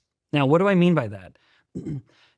So all of the approaches to longevity nowadays rely on either correlational studies or basic research or animals and insect studies, and then extrapolating that results or assuming those same results will apply to the human. So let me briefly just mention my concerns with correlational research. So the longevity guru will say, correlational evidence suggests that people who eat meat die more. Well, a correlational study is, by my estimation, some of the weakest evidence that you can ever generate. A correlational study would just have someone come to your home and say, Stephen, can you please answer this survey about what you eat? You answered the survey. You may lie. You may not remember. You may have things that you don't even think about including, like, for example, that you're part of a very well put together religious organization. And I actually use that example very deliberately, because people who are known to be part of good, tight social circles, like a formal religious group, always live longer than people who don't. Maybe you're really lonely. Loneliness is a greater contributor to death than cigarette smoking, and it's not even close. So there could be things on that survey that you just cannot capture, and yet we end up making a conclusion. And so all of that correlational evidence is deeply flawed research, and yet that becomes the basis for the longevity guru to determine diet. So if I'm trying to extend my longevity, trying to live longer, then exactly what should I be thinking about? Yeah. So my view on longevity is a metabolic view. No surprise. I'm a metabolic scientist, and I don't mind someone sort of smirking at me declaring that or admitting it. But I'm somewhat justified. Just by way of setting the stage, the birth of the modern longevity research, if it didn't start, it was heavily influenced by the work of a woman named Cynthia Kenyon, Kenyon. Cynthia Kenyon was one of the she really did, in my mind, kind of give birth to the modern longevity focus. What her lab found using an insect model, and this is again a problem with the longevity gurus, is that they rely on insect data, for example, but it was compelling what she found. I think it was worms. She found in worms that if they restricted the glucose that the worms were eating, they would live 50% longer, or some fantastic increase in how long the animals lived. That kind of gave birth to the idea of fasting being beneficial, but it also allowed her lab to start playing around with some of the genes of these little insects. And when they started knocking down or underexpressing some of the genes involved in insulin, they didn't have to restrict the food. The animals just lived longer. And so that touches on this metabolic aspect. And everyone nowadays is really interested in autophagy. Autophagy is a term for a cell essentially cleaning itself out. Which is typically associated with long fasting. Yeah. In fact, yes. So that is partly why fasting has been so embraced within the longevity community. It's because if you can promote longevity, or autophagy rather, if you can promote autophagy, the cell keeping itself cleaned out, that is thought to be a key contributor to longevity. So autophagy equating to longevity. I don't disagree with that. I think that probably is a very valid view. Then the question comes, well, how can I control autophagy? Well, there is a humble hormone that comes from the pancreas that has a very powerful effect on autophagy, called insulin. So as much as people are fasting, what's the value of fasting and reducing autophagy? It's because insulin comes down. Now, what becomes interesting is what happens if you were to put someone, allow them to eat calories, but the calories are such that their insulin is staying low and they're making ketones, in other words, a ketogenic diet. You also enable autophagy. There was a very well done animal study finding that they didn't have to restrict calories and fast the animals. They could let the animals eat as much as they wanted, but it was a ketogenic diet.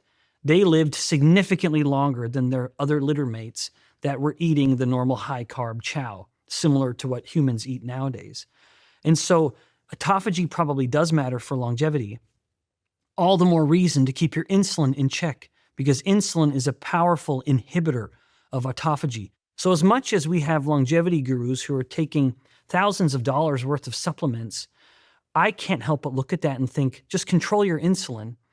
That within every cell, there's this battle. There's a yin-yang of growth and death, or building and breaking, to say it a little more politely. In fact, that is metabolism.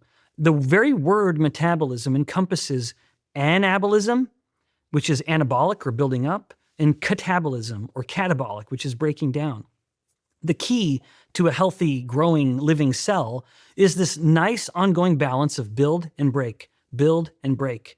You have to build something up and then modestly break it down, and then you build some things up again. And autophagy is a very important part of that breaking cycle within the cell, that, hey, it's time to get rid of some old parts and now we'll rebuild some of that again. Now we're going to break down these parts and rebuild it. Insulin is the key to that process. If insulin stays high for too long, you never allow the catabolic or the breakdown. This is one reason why insulin is so facilitative to cancer. Insulin wants things to grow. Cancer is a disease of growth. We don't ever let the cancer start to break down. Insulin won't let it, in part. You've repeatedly talked about ketosis. I have. Ketones. We'll eventually get there.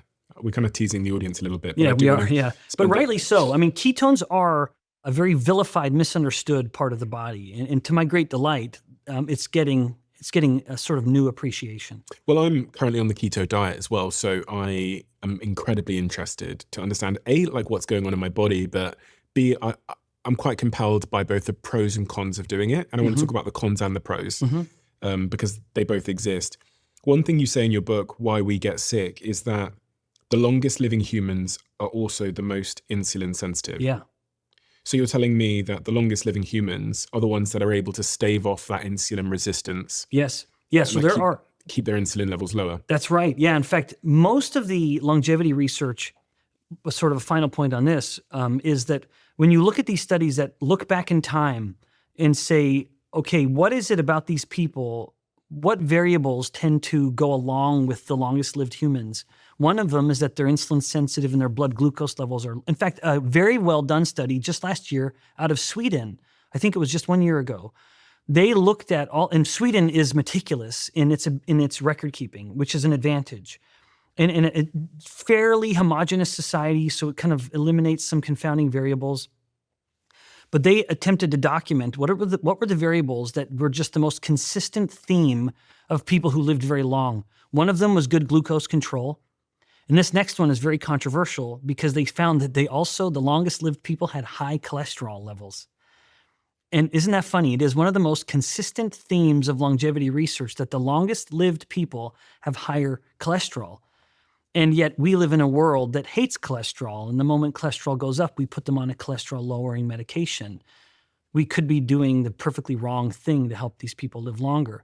So that was, and then low uric acid, and there's a handful of other little variables that fit into this. Sorry, they found that some of the longest living humans had high cholesterol levels. That's right. That's what the Sweden study found, for example. The paper just published a year or so ago.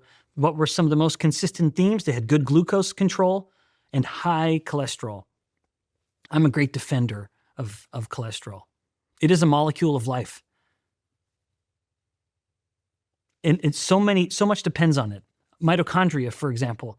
Mitochondria have to have a cholesterol molecule in them in order to work, like the very powerhouse of the cell. And the more you lower cholesterol through, say, drug interventions, the more you compromise the mitochondria. The sex hormones, all sex hormones are built on cholesterol.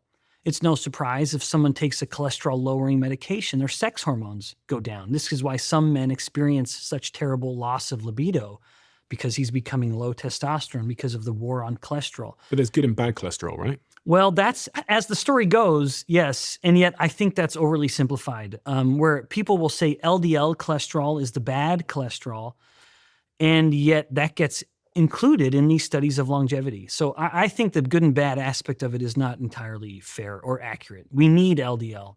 And LDL is just as much a component of the immune system. LDL actually helps the body fight infections. So it's also an unsung hero of immunity.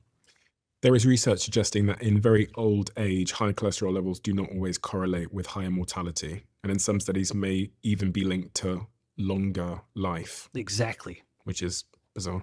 Yeah, well, you say that, and yet maybe our anti-cholesterol view is the bizarre one. Yeah. And so as a cynic who's very familiar with biomedical research, I sometimes will look at clinical markers and say, why are we so obsessed with glucose?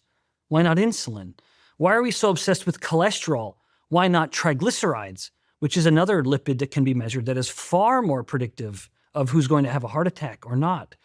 And I think it's because we have chosen markers in modern medicine that we have well-designed drugs. So it's a really, really good way to sell a lot of drugs. So there's no drug that's going to address insulin, so let's not measure it. But there are lots of drugs that will lower glucose. So let's measure glucose, because then we can diagnose the problem and then we can give them a drug and make a lot of money. That's a cynical view, but I don't think it's unjustified. Similarly with cholesterol. Why look at LDL when triglycerides, another lipid marker, are a much better indicator? It's because we don't have a drug that effectively lowers triglycerides. You can with diet, but we do have drugs that very effectively lower LDL. One thing that really surprised me when I was reading your work is there was a study done in Bulgaria which proved that smoking causes insulin resistance in humans by having 7 healthy non-smokers smoke 4 cigarettes over an hour for 3 days.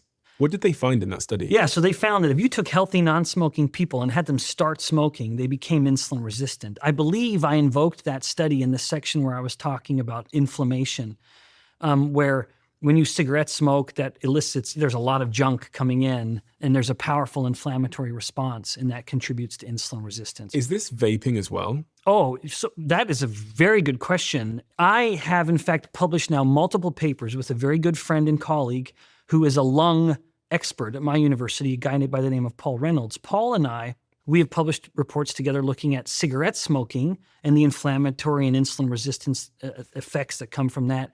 And now we've even started looking at the molecules, the hyperheated molecules from vaping, and they're terrible. In fact, yes, very similar results. If you were to take a comparable amount of the chemicals from normal cigarette smoke with its filter versus vaping, the vaping ones are probably worse, chemical for chemical. In terms of their insulin? Yeah, in terms of their inflammatory effect, the damage to the airway, and the insulin resistance that comes from it. That's horrifying. It is, in part because of just how common it's become. Does smoking make us fat? That's a great question. It doesn't, because it replaces other interests. So if the cigarette smoker ate the way everyone else was eating, it would. But because the cigarette smoke satisfies a craving, they have less of an interest in food. What's so interesting about cigarette smoking is, again, as I said, you begin to smoke, other things don't tempt you as much, like the cookies and the cakes. Mm-hmm. But one of the ways the smoker helps kick the habit of cigarette smoking is actually eating candy. Like they will literally start carrying around little candies in their pocket. So that if they feel a craving for cigarette smoking, they'll take out a little candy, open it up, and pop it in their mouth. And so it's no surprise that very commonly, when a person quits smoking, they gain significant weight. They end up trading out their addictions, if you will. And unfortunately, in humans, all of the study of addictions with food, people only manifest an addiction to one type of food, and that is carbohydrate. There's no evidence of addiction to fats or proteins. You published a study in 2024 which found that exposure to diesel exhaust gas was associated with increased fat mass, enlarged fat cells, insulin resistance, and increased levels of inflammation. And that was published in the International Journal of Molecular Sciences. Yeah, that was one of the studies I just was referring to with regards to my colleague, Paul Reynolds. Paul and I, that was one of the papers we published looking at these inhaled particulates. The reason I was interested in this field of study in the first place was just to continue to kill the caloric model of obesity. So and this touches on an earlier part of the conversation. Overwhelmingly, if you ask someone, why do we get fat? Well, because you eat more calories than you burn. Why do you lose fat? Because you eat fewer calories. And I have long just been frustrated by how naive that view is. Yes, energy matters, but again, the fat cell must be told what to do with the energy that it has. That, of course, points an obvious finger at insulin, which is the strongest of all signals. But what we found in that study is that even something as seemingly unrelated as diesel exhaust particles, mind you, we did not do this study in humans.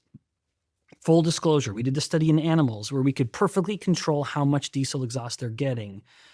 So we have this mechanism in Paul's lab where you can aerosolize these particulates and know exactly how much the animal's breathing. And then at the end of the study, even though they ate the exact same amount of food, the animals that were exposed to the diesel exhaust particulates had fatter fat cells and more insulin resistance than the animals that had just been breathing normal room air. So what we're breathing in theoretically could then be determining how fat we're getting. Yeah. In fact, this evidence would suggest that it goes beyond theory. So our evidence would state conclusively that yes, what you breathe does matter. Then theoretically, we would say, well, how much does that apply to humans? That is where it would get into the realm of theoretical. But the evidence certainly suggests, yes, the very air we breathe matters. And you see this at a population level. Look in areas where there are confounding variables here. Here I am invoking correlational research, and I was just criticizing it a moment ago with regards to longevity. But you look in areas where they have higher pollution levels, where the particulates are higher in the atmosphere, and those same areas are always fatter and more diabetic. Interesting. But of course, that's correlational, so it's hard Exactly. Yes, thank you for pointing it out. But again, as much as you and I are citing the problem with the correlational study there, we need to always cite the problem with correlational studies when it comes to informing nutrition policy. Like, don't eat eggs because they cause diabetes. But when you actually look at the studies, you find nothing of the sort. What about other sort of environmental toxins and their impact on insulin resistance? Yeah. So there are the ones that you inhale. A handful of inhaled particulates will matter. We have shown in my lab alone with my collaborators, diesel exhaust will do it, cigarette smoke will do it, and more. We have a funded grant right now to look at the effects of vaping. So apparently stuff we breathe will matter. To some unknown degree, things that we drink that are non-caloric. So there can be, like, people have heard of the microplastics. Microplastics are things that they're so small that you drink them and they will absorb through the intestine and get into the bloodstream. For reasons that are unknown to me at the moment, one of the sites where those microparticles will go is the fat cells. And once there, they will directly promote the growth of the fat cells. So that's actual microscopic segments of plastic. But separate from that are molecules that can come from plastics and soaps and detergents like BPA, or diethylstilbestrol, DES. That's actually an estrogen mimetic, kind of what we referred to earlier with regards to other endocrine disruptors. But there are other chemicals that a person can drink or inhale, like I mentioned earlier, but that will directly impact the growth of fat cells or mimic what insulin wanted to do, which is tell the fat cell to grow. So let's talk about ketosis and ketones. The keto diet is becoming increasingly popular from what I've seen. It's actually the diet that I'm on at the moment. How does that play into everything we've talked about? Yeah. So this is an opportunity for me to do a little bit of nutrient biochemistry or a little discussion of metabolism so that people appreciate what ketones even are and where they come from. So the entirety of the human body is a metabolic hybrid in that the body is largely burning fuel from two sources. It is burning blood glucose or blood sugar, or it's burning fat. Those are the two main fuels for the body by extension. Now, the brain was an exception. The brain is glucose or ketones, but I'll get to where the ketones come from. The rest of the body isn't really relying on ketones as much. It's fats or glucose or blood sugar. Insulin is what decides which fuel is used. So as much as the metabolic engine has two fuel sources, insulin will decide which one is opened and which one is closed. If insulin is high, the body is sugar burning. And you can measure this in the whole body level by measuring the amount of oxygen and CO2 that the body is producing, because different biochemistry or the burning of the fuels will produce a different amount of CO2. So if I'm burning glucose, I might be producing more CO2. Yes. Yeah. So we could hook you up to something called an indirect calorimeter and measure that your RER, the respiratory exchange ratio, the balance between CO2 and oxygen, would go higher. So we increase your insulin. Like if I infused you with insulin in the next few minutes, we would see that your RER would go up and we'd say, boy, you're sugar burning. Or we allow insulin to come down and then the RER goes down, which is reflective of fat burning. So it's insulin that determines whether the body is sugar burning or fat burning. Now, when insulin has been low for about 16 or so hours, something interesting starts happening at the liver. So the liver, with insulin being low, is burning a lot of fat, including its own fat that the liver can store. The liver can store fat, but also fat coming from fat cells. Because if insulin is low, the fat cells are just leaking out fat to be burned by the body. And because insulin is low, the liver keeps burning it. And the liver essentially continues to burn so much fat that it fills its own needs. It meets its own needs and says to itself, hey, I don't need to keep burning fat. I have all the energy I need. I'm doing great. But it can't stop burning fat because insulin is low. And if insulin stays low, fat burning keeps going. And so... Because the body doesn't have enough glucose. Well, it's acting... Yeah, so in this sense, it's doing it to help replace the glucose that isn't coming in. That's the value of the ketone. So as the liver is continuing to burn fat, it essentially gets to a point of fat burning where it's burning more fat than it needs. And that excess, if you will, is what becomes ketones. So ketones are kind of a metabolic release valve for the liver cell to say, I don't know what to do with all this fat burning. Okay, I know what I'm going to do. There's not a lot of glucose coming in. And so the brain may start to get hungry. So I'm going to start making ketones. And so ketones are nothing more than a product of a lot of fat burning. And anyone who even fasts for 24 hours, you wake up that next morning, you're in some degree of ketosis. Lest anyone think it's an extreme thing. People are going in and out of ketosis ideally often. Now, why do I say ideally? It's because ketones are, as we've already outlined, perhaps the best fuel for the brain. The brain thrives on ketones. You can take a person with early stage Alzheimer's disease and have them go through a series of cognitive tests, and they do horribly on them. Like one example is you ask the patient with Alzheimer's to draw the face of an analog clock, a circle with 1, 2 through 12, and then some hands on it. And it is utter chaos. This is published reports. You then put them into ketosis, ask them, can you please draw the face of a clock? It's still sloppy, but it is absolutely the face of a clock. You ask them when they're not in ketosis to try to tie their shoelaces. They can't think through the puzzle of tying the shoelaces. Ask them to do it again when they're in ketosis. All of a sudden, they can tie their shoelaces. More than that, they can get themselves dressed. All of these are published case reports. It's just my long-winded way of saying the brain thrives when it has ketones as a fuel source. But the benefits don't stop there. My lab published a report finding that when humans were in ketosis, which is just a term for ketones being elevated, we pulled out small pieces of belly fat and measured the metabolic rate of that belly fat. And we found that in ketosis, the metabolic rate of that belly fat was 3 times higher than when the people were not in ketosis. What does that mean? Yeah, so that means that the fat was suddenly behaving in a much more energetic way. That fat tissue has a very low metabolic rate.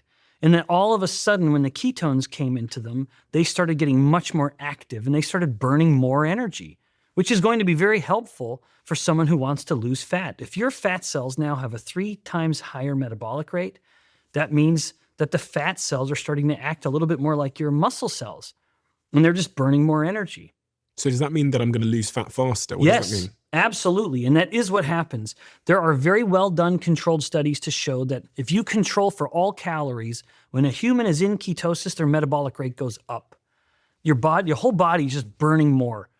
It's just everything's kind of been turned on a little more. The furnace of the metabolism has just been, you have a little more fuel kind of stoking the fire.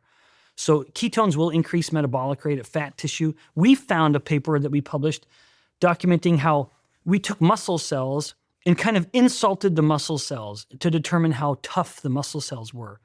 When we incubated the muscle cells with ketones, they were much more resistant to injury. So the ketones act to protect muscle tissue.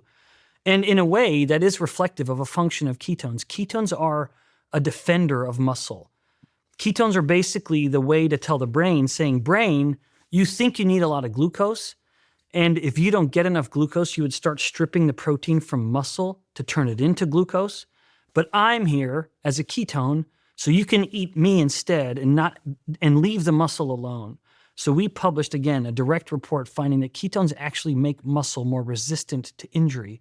And this could be why you're seeing more and more elite athletes using ketones as an actual ergogenic aid or like a supplement to help them be better. So at my university, at BYU, just this year, our men's and women's cross-country team took the national championships, the best college runners in the nation. Pretty impressive. One of the things they do is they take these ketone drinks before they train and before they race. Some more and more of the Tour de France teams take ketone supplements because it is just another fuel. It is something that the body can burn. That we always say, well, if once you start running out of glucose, you're going to bonk or you're going to hit the wall. Well, what if you don't really use glucose because you're burning a lot of fat and a lot of ketones instead, and that keeps your glucose kind of untouched, or you're not relying on the glucose. And we see this in humans. If there's a human that has adapted to a ketogenic diet, they burn fat at a higher rate than was ever thought humanly possible. That fat is basically fueling all of their muscle movement during the exercise session rather than relying predominantly on glucose. The body has adapted. It's burning fat for fuel, and when available, it's burning ketones for fuel, and it's leaving the muscle as sort of a last resort when it really needs a big kick. I've seen these keto drinks. Yes. They're almost like little shots. Well, there's a bunch of different types. If you look at the spectrum of ketones, on one end, you have the cheapest, most readily available, although less effective, called ketone salts, where it takes a molecule of ketone and binds it to a mineral like calcium or magnesium. Not as effective, and it's a lot of minerals, so people will find that they may get a lot of plaque on their teeth, maybe increased risk of kidney stones, so comes with some consequences. Then you have the ketone ester, which often comes in shots. Yeah. Then you have the bioidentical BHB, or the bioidentical ketone. One company, which is Original Ketone, they make it. Now, these ones are more effective. You take a little bit of these and you will get an increase in ketones. They're a little more expensive too. But as the space is becoming more competitive, the price is coming down. And what exactly does it do? So if I took a shot of a bioidentical ketone drink, what would go on in my body, and how would that impact my cognitive performance or athletic performance? Yeah. So it would result, so you're drinking it in, you're immediately absorbing it from your gut. Yeah. So if you were not in ketosis, let's say you had, and I'm not encouraging people to do this, you had just eaten 2 bagels and a cup of sugary coffee. You're no ketones, undetectable, because insulin has come up, it's inhibited ketone production. And then you drink a shot of the ketone, within an hour, we would detect your ketones. They would have gone up maybe to 1 millimolar, which is a pretty significant bump. Yeah. And they're capable of that kind of movement. And maybe you do so because you're thinking, I really need to be sharp right now. Would that make me sharper? Well, that's where we have to speculate. There's no... my lab published animal evidence suggesting that, yes, indeed, it makes you sharper. That we had these animals navigate mazes and recognize objects. And when the animals were on a ketogenic diet, they were much sharper. They were much better at solving problems and remembering solutions to previous problems. It's I asked this in particular because as my team know, because I've said it to them a lot over the last couple of weeks since I've been on the keto diet, and I've been literally pricking my finger to check confirming my keto levels, and the highest I've gotten to is like 2.5, which is high. Is it high? That's not problematic. Right. I mean, that is just proof positive that you're in ketosis, which itself is proof positive that you're burning a lot of fat. Yeah. And 3, that your insulin levels are low. Fat dropped off my body like I've never seen in my life. Exactly. Yeah, it's crazy. So the power there is, like, if you'll allow me to kind of springboard off of that comment, the power of, so if someone is listening to this and they're thinking, okay, I need to shrink my fat cells. Yeah. Unfortunately, they don't realize that there's 2 variables to what caused their fat cells to grow in the first place. They have no awareness of the value of insulin in this formula. All they do is pay attention to the calories. And so the average individual is looking down the road of this fat cell shrinking journey, and they're thinking, okay, what I have to do is just cut my calories. And what do they do to cut their calories? They do the exact wrong thing. And before I even answer that, let me just present the scenario. Let's imagine that Stephen and I, everyone listening is invited. Stephen and I are hosting a buffet. We have the world's best chefs. It is going to be a table filled with the most delicious foods you can imagine. You're in our invitation, we say, come hungry, because you're going to want to try a little bit of everything. Everyone listening, ask yourselves, what would you do to come as hungry as possible? You'd probably do two things. Or think, how did you go to your Thanksgiving or your Christmas dinner as hungry as possible? You would eat a little less in some period of time before the event, and you would exercise a little more. And it would work. You would be very hungry. That's why the traditional advice given for weight loss doesn't work, because we tell people, eat less, exercise more. Sure, you maybe lose a little bit of weight in the short term, but all that does, you've given them the perfect recipe to promote hunger. And hunger always wins. As a good example, in the US, we have a game show. Maybe there was some version of this in the UK called The Biggest Loser. It was essentially who can lose the most weight. And it was through a punishing regimen of caloric restriction. Eat less, exercise more. That is like the perfect embodiment of that approach. They were starving and they were exercising to insane degrees. And oh my goodness, did they lose a lot of weight. And yet you never see them again. They don't do a reunion tour 5 years or 10 years later because they gain it all back. Do you know they gain it all back? They do. In fact, a paper published in the US from the National Institutes of Health documented not only the degree to which they gain weight back, but also how it almost literally breaks their metabolism.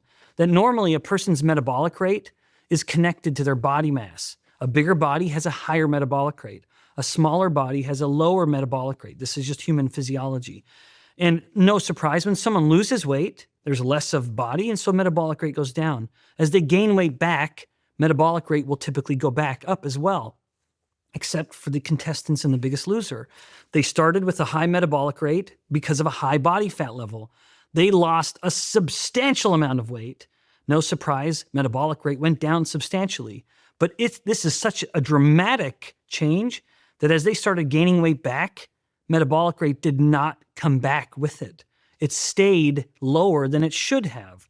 Normally, it's connected, sort of one-to-one. Wherever body weight is going, metabolic rate is going, except in these people.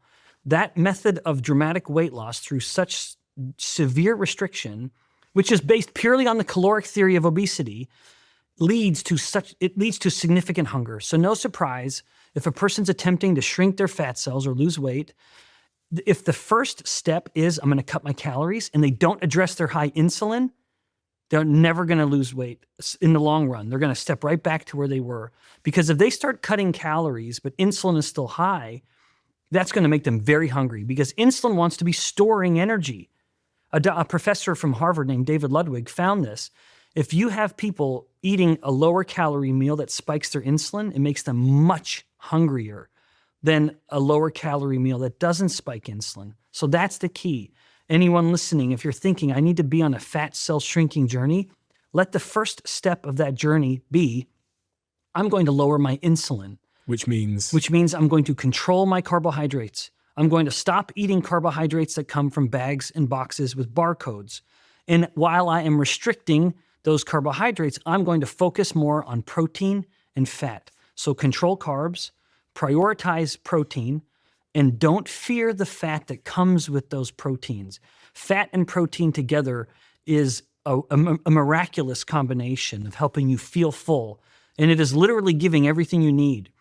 There are such things as essential proteins. There are such things as essential fats. So focus on those. And that will be the key to helping insulin come down. Then, as you have found, and when you're hungry, eat. If you're not hungry, don't eat. But what the person will find is they're lowering their insulin, all while their metabolic rate is going up. They're learning how to burn their own fat for fuel because remember the metabolic hybrid, that metaphor that if you want to lose fat, you need to burn fat. You're not going to lose fat if you're always burning glucose. It's fat that you need to burn. And as you start burning more fat, you realize that it's like the hump on a camel. That hump exists because it is a big source of fat for that animal to be using its own fat for energy. We have our own version of that. So you think about the average individual who's chubby, they have hundreds of thousands of calories waiting to be burned in those fat cells. It's just that their chronically elevated insulin is never letting them burn it. And so as the person starts making these changes in their diet to lower insulin, they now can finally start relying on their own fat for fuel. So it's no surprise that their hunger starts to come down. Let that be the natural way in which you're controlling your calories. Don't control your calories because you're forcing yourself to be hungry and eat less. Control your calories because you simply aren't hungry. So I'll overlay this with my own sort of anecdotal experience. So I, every year, do a keto diet usually for about 8 weeks. This time it's going to go on for a little bit longer. The reason in part why it's going to go on a little bit longer is I've just learned more about what's going on in my body. And also because I podcast now and do a lot of speaking on stage and those kinds of things, I see tremendous variance in my ability for my brain to articulate what I want to say. I feel the same way. It's absurd. Yes. I was saying this the other night to the team that with me here in Los Angeles, and I've tried to say it to so many people. As someone that can spend 9 hours a day trying to think of the next question to ask or trying to remember the research or on stage in front of 1,000 people trying to deliver a story or a point, I get to see variance, which I've never been able to explain. Yeah. Where some days I'll go up on stage or I'll be in a podcast and it's like my brain and my mouth aren't connected. And then on other days, specifically when I started doing ketosis or having a ketogenic diet, it just flows. Yeah. It just flows so well. And I was saying to my team, it feels like I'm looking at the world like this these days. Like I've got this intense, for anyone that can't see me, I just stretched my eyes, but like I've got this intense focus on the world. The other thing I've noticed with my diet is I get hungry, but not like I used to get hungry. And then very quickly after I start eating, I stop. I don't seem to be like doing like these, I used to kind of binge a little bit. Yeah. I used to have like longer eating sessions and my hunger goes very quickly. I also found that I didn't have these like fluctuating energy levels throughout the day. I don't crash anymore. I used to get like slumps. Oh, for sure. And I don't slump anymore. And then the other thing, which a lot of people care mostly about, is the fat, so like belly fat. I have never seen anything that has stripped belly fat off me faster. And I'm talking in a matter of weeks that I could, count on one hand than doing the ketogenic diet. And if I could literally show a picture of my scales, because I have these digital scales on the screen, and it's just trundling along, and then there's this cliff edge where it goes directly down.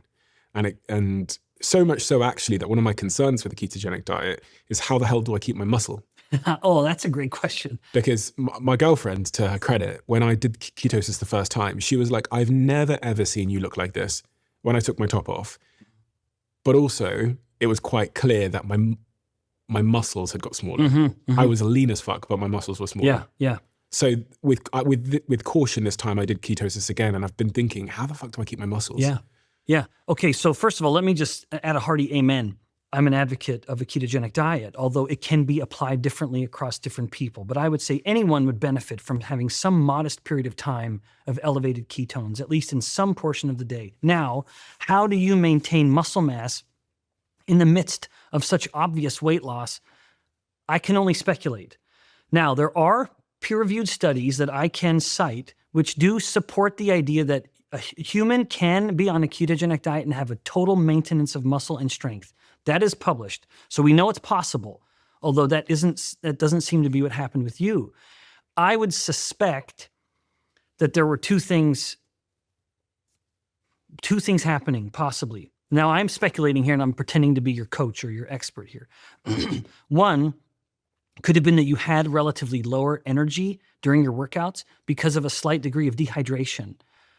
And then the other one would be calories, which I'll come back to in a moment. I just wanted to put it out there. So when insulin comes down, one of the many effects in the body is that another hormone comes down called aldosterone, which is one we've never invoked yet. But low insulin leads to lower aldosterone. When aldosterone comes down, the kidneys begin to eliminate salt and water much more rapidly. Now, that's not problematic, but it does mean that a person does have to focus more on hydration and salts. So if someone's going on this strategy and they exercise fairly often, you need to be much more focused on your hydration, literally drinking more because you will be urinating more, which is partly why people's blood pressure gets so good so quickly. And just to pause on that point, if someone is on 1 or 2 blood pressure medications and they adopt a ketogenic diet, they usually have to stop their medications within 2 days because their blood pressure goes to normal so quickly that if they stay on the medication, they're going too low. So one could be that you were actually working out a little less intensely because of the dehydration. But then 2, it's possible that you were eating too few calories to actually maintain muscle. Muscle is a hungry organ. It is metabolically expensive for the body to keep that muscle on. And as you start to get leaner and leaner, it gets harder and harder for the body to defend that muscle. In fact, that's the difference between fasting and starvation. The longest known evidence of a fast was a man in the UK who fasted for 384 days. Literally not eating or drinking a single calorie. He was under medical supervision, getting vitamins and minerals and water, and he went on to live a perfectly healthy life. But what was the difference? Why was that not starvation? Starvation is when you run out of fat. So you might have gotten to the point of so lean that you didn't have enough fat to burn to make enough ketones to fuel the brain. If you don't have enough fat to burn to make enough ketones, and the brain is saying, all right, well, I wanted to switch to ketones so that I could spare the glucose, but I can't. There's not enough ketones here, so I have to rely 100% on glucose. But if you're not eating glucose, now the body has to start stripping the protein from muscle. And it sends those amino acids to the liver. Then the liver is so capable, it will turn those amino acids into glucose. So it turns my muscle into glucose to feed the brain. So my comment then, finally getting to my answer is, in your version of a ketogenic diet, with your level of muscle mass and your inherent metabolic rate based on your body size and your activity, you probably ought to eat more fat.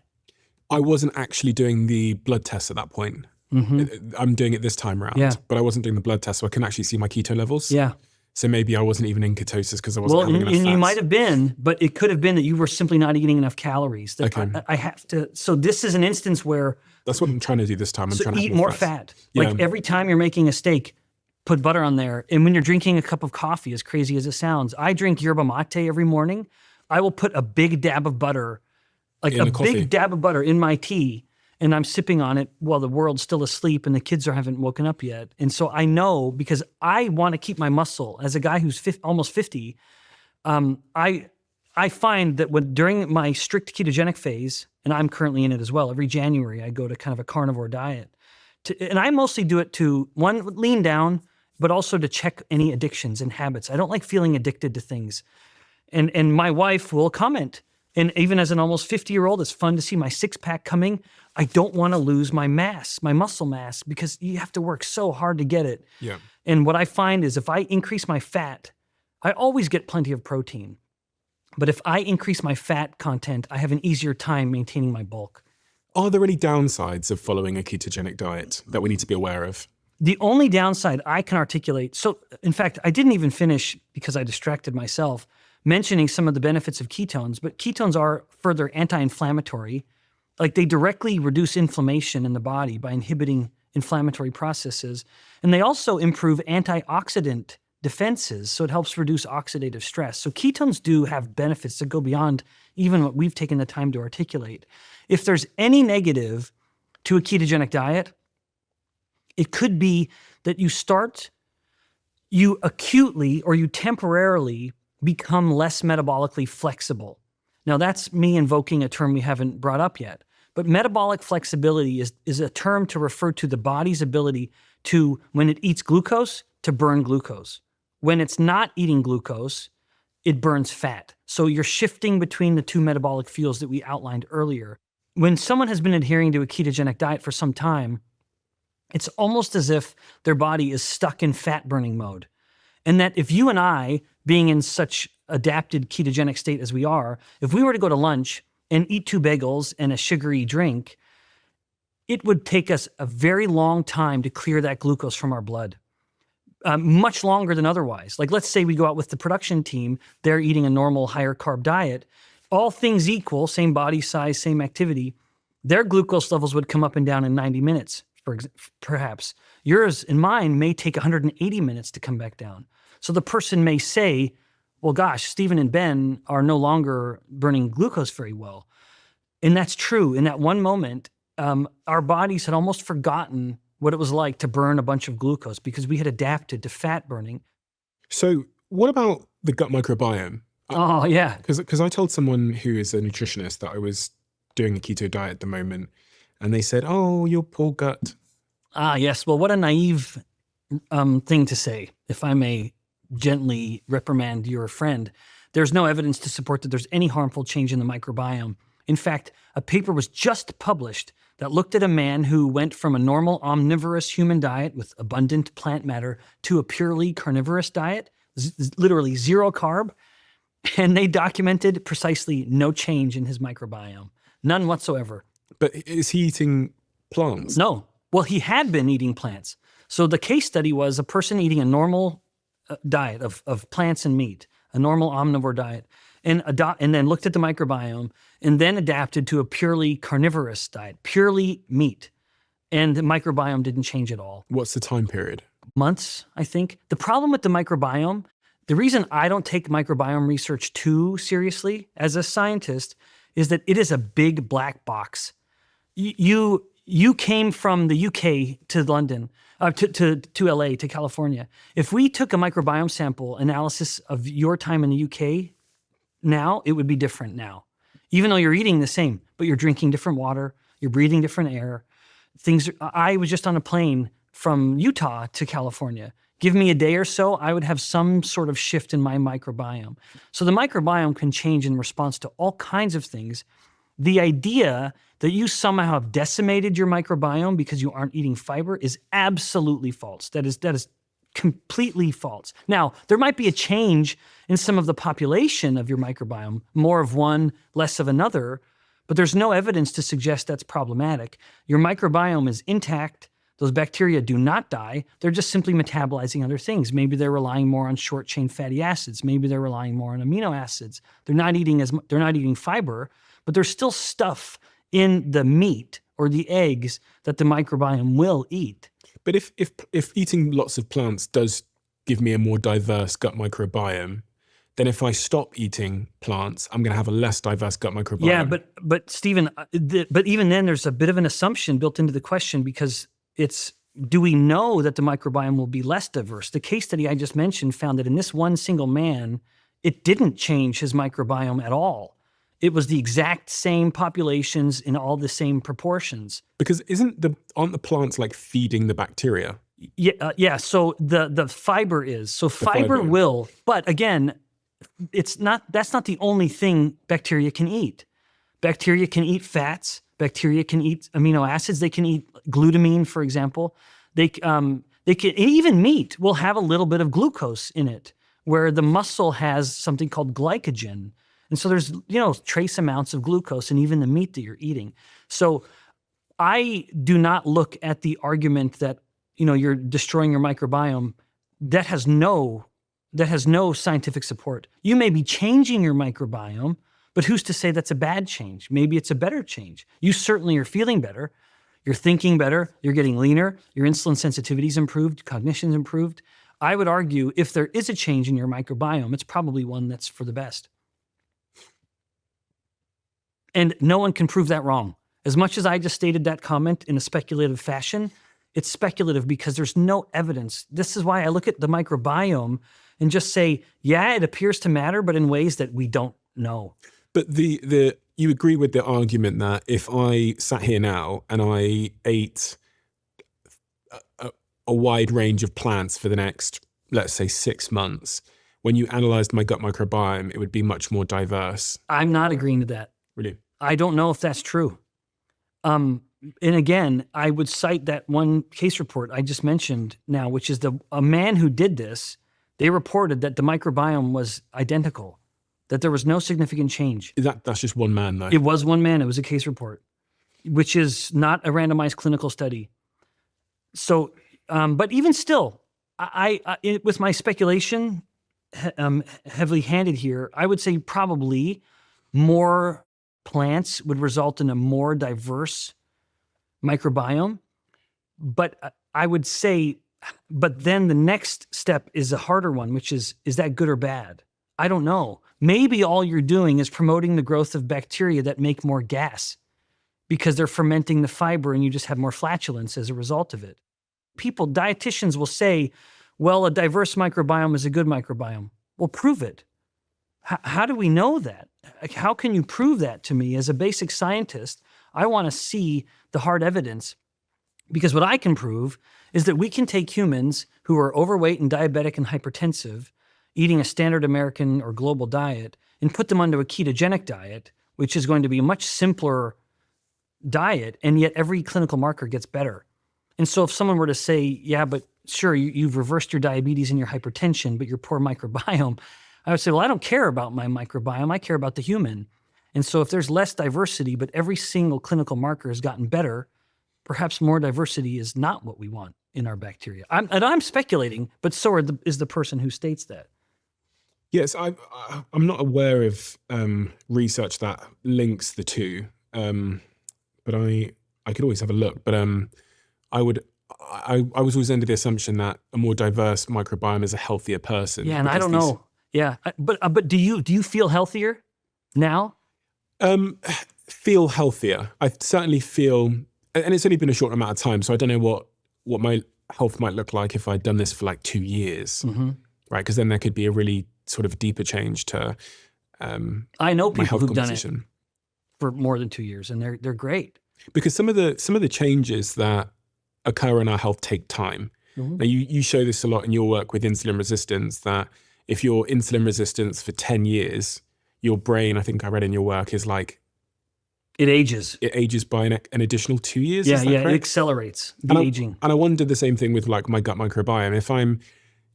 If my gut microbiome is not diverse, so I have a very sort of narrow diet, or, I'm not eating my plants, could it take me a couple of years to really understand the net negative impact that has on my overall health?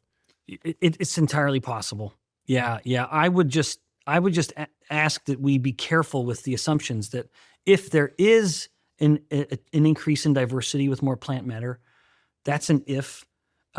Is that change beneficial? Are the bacteria that we're now promoting the growth of, are they better for us, or are they just bacteria that exist in order to handle more fiber? And again, the outcome being that perhaps it's just making more gas. The more plants you eat, the more gas you have to produce by fermenting more fiber. What if those bacteria are only existing to just eat the fiber and not actually improve the human host at all? So ketosis, possible to live in I think one of the important points on ketosis is when I do my blood keto test, I fluctuate wildly. After I've gone for a run, my ketone levels are super high. Sometimes later at night, I'm just on the verge of ketosis sometimes. And I think that's interesting because we don't have to live in this necessarily deep state of ketosis the whole time. We can fluctuate a little bit. And maybe even sometimes my thought on it is that a person would benefit from some state of ketosis on a frequent basis, if for no other reason than to really give the brain a heavy dose of just straight energy. Not that everyone needs to be as strict as perhaps you and I are being at the moment, but I would say the more a person has a disorder or a disease that benefits from ketosis, the more then they ought to focus on it. Like if someone has type 2 diabetes, if they adopt a ketogenic diet, they will be off all of their diabetes medications in months, all of them. If someone has epilepsy, or migraine headaches, from 1913, I think was the first published report on this. If there's someone who suffers from migraines, as long as they're in ketosis, they may never have another migraine again. I mean, it is completely curative or preventative for the disorder. Same with epilepsy, that many forms of epilepsy. So depending on the person, they would benefit from being in ketosis forever. For everyone else who's just sort of a normal individual who wants to be lean and keep their brain healthy and happy, etc., I would say it's generally prudent to just control your carbs, be mindful of the type of carbohydrate you're eating. And as I said earlier, just try to focus on the carbs that don't come from bags and boxes with barcodes. I'm actually quite liberal in my view when it comes to whole fruits and vegetables. I'd say eat them, enjoy them liberally, but then also make sure you're getting some good protein and fat, because There's no such thing as an essential carbohydrate. That sounds controversial, but humans do not need, we have no requirement for carbohydrate. We do have requirement for fat and protein. What about artificial sweeteners? Because Yeah. one of the things that I am tempted by when I'm on a ketosis diet is like the soda zeros of the world, or the diet sodas of the world. What impact does that have on my insulin levels, etc.? Yeah, great question. There is such a breadth of diversity when it comes to sweeteners, from artificial to natural to another rare sugar, more and more. There's all these random, not random, but a very broad spectrum of molecules that we have developed or found that taste like sugar but don't have the effect of sugar. So on the good end are things like that have been shown to have no insulin effect. And so, I appreciate everyone listening, letting me kind of stay with that as my framework, because people are going to go on and criticize all kinds of other things about other sweeteners, and that's just too broad. That's a topic for a whole book. With regards to just insulin, on the good end, where they have no effect, it would be one as common as aspartame. So like diet drinks, not the zero drinks, but the diet drinks will have aspartame as the sweetener. Is it a difference? There is a difference, and I'll get to that other one in a moment. So I should be having diet instead of zero? Well, I personally go to diet rather than zero, but that's because aspartame is the sole sweetener in the diet rather, and it has no effect on insulin. So too, erythritol. Erythritol is a little right around aspartame. Is generally a good one, but monk fruit extract, stevia, and especially allulose, those are inert when it comes to insulin. Allulose, stevia, monk fruit extract, aspartame, no effect. Erythritol, no effect. But erythritol, that ending OL, is reflective of a class of sweetener called a sugar alcohol. And that does not mean it's alcoholic. That just refers to the actual chemical structure that puts it in the alcohol family. Once you get into the sugar alcohols, you start to get a little problematic, where erythritol is a good one, and xylitol is generally a good one, but then you get to things like maltitol and mannitol, and they do have an insulin effect. And what kind of foods have those? Yeah, so often like you can get mannitol in like artificially sweetened chocolate sometimes, for reasons that I don't know. I don't know why the food formulator puts them in some things and not other things. The problem, I chuckle because it becomes so apparent with some of those artificial sweeteners, like the sugar alcohols, is that as you eat them, you taste it sweet in your mouth, and it doesn't have any caloric value in the body because it stays in the intestines. And this is something that is largely unique to the sugar alcohols, whereas it stays in the intestines, it starts pulling in water from the body, which starts to create a fairly inconvenient degree of flatulence and diarrhea. And so a person will know if they've eaten too many of those types of sweeteners because their intestines will tell them so. So, but also on that spectrum, kind of in the middle, is the one that's in the zero drinks, which is one called sucralose.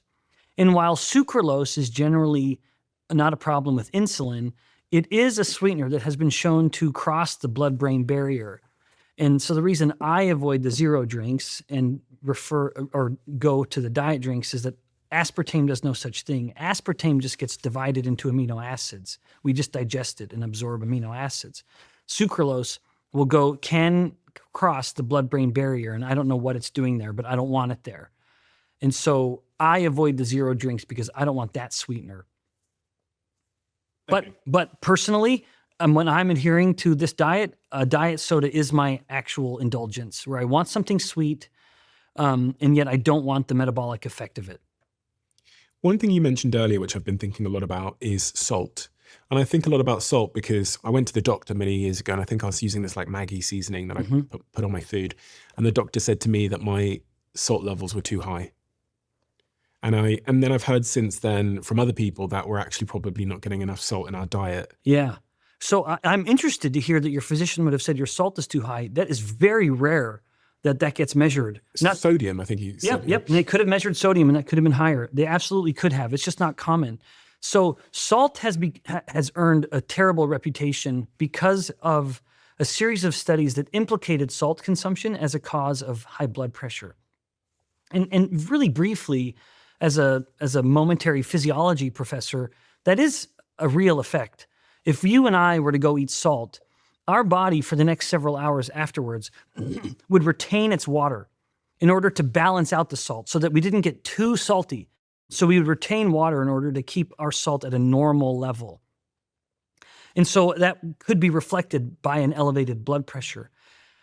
However, multiple huge studies have found that if you go to a population of humans that have high blood pressure and you tell them you need to cut your salt in order to correct your blood pressure, they may at most move their blood pressure by 1 or 2 points. It has an absolutely negligible, irrelevant effect. And it's because salt is not a key contributor to blood pressure. It's actually insulin resistance. Insulin resistance will force the body to hold on to salt. Insulin resistance will force the blood vessels to be very constricted, all of which play together to make for a very high blood pressure. So as much as we have been telling the world that we should be cutting back salt, no, we should have been telling them to cut back on what spikes your insulin, refined starches and sugars. But with regards to salt, it's interesting for me to note, where did that whole view come from? Within the United States, decades ago, there was a study that was published, and they called it the DASH diet. Dietary approaches to stop hypertension, DASH, the DASH diet. And in the DASH diet, one of the critical changes was to tell people to eat less salt. And when they found that when people adopt a DASH diet, it's amazing, their blood pressure goes down. However, unfortunately, they also tell people to do lots of other things with the DASH diet. Like when they tell someone to go on the DASH diet, they also tell them to eat less sugar and less refined starches and sugars. Well, it's possible, indeed, I would say it's absolutely the case, that what's actually lowering their blood pressure isn't that they cut their salt back, it's that they were cutting their refined starches and sugars back. And it's that that had the main effect. And the cutting the salt was just some innocent bystander. But to put a fine point on it, in human studies, if you have humans cut back their salt considerably, they become insulin resistant. So take a healthy group of humans, say you need to eat less salt, and they do so. If you measure them a week later while they're adhering to this, they will be significantly more insulin resistant than before they ever cut back their salt. It's one of the ironies of the whole scenario where a physician may be telling a patient with high blood pressure, you need to cut back your salt. And they end up eating less salt, and yet their blood pressure gets worse. It's because the main contributor to high blood pressure is insulin resistance. And by telling them to cut back on their salt, you made them more insulin resistant. And that whole mechanism is because one of insulin's many, many effects is to want the body to hold on to salt and water. And so if you start cutting your salt, all of a sudden insulin says, well, there's little salt coming in. I need to do what I can to retain whatever salt we do have.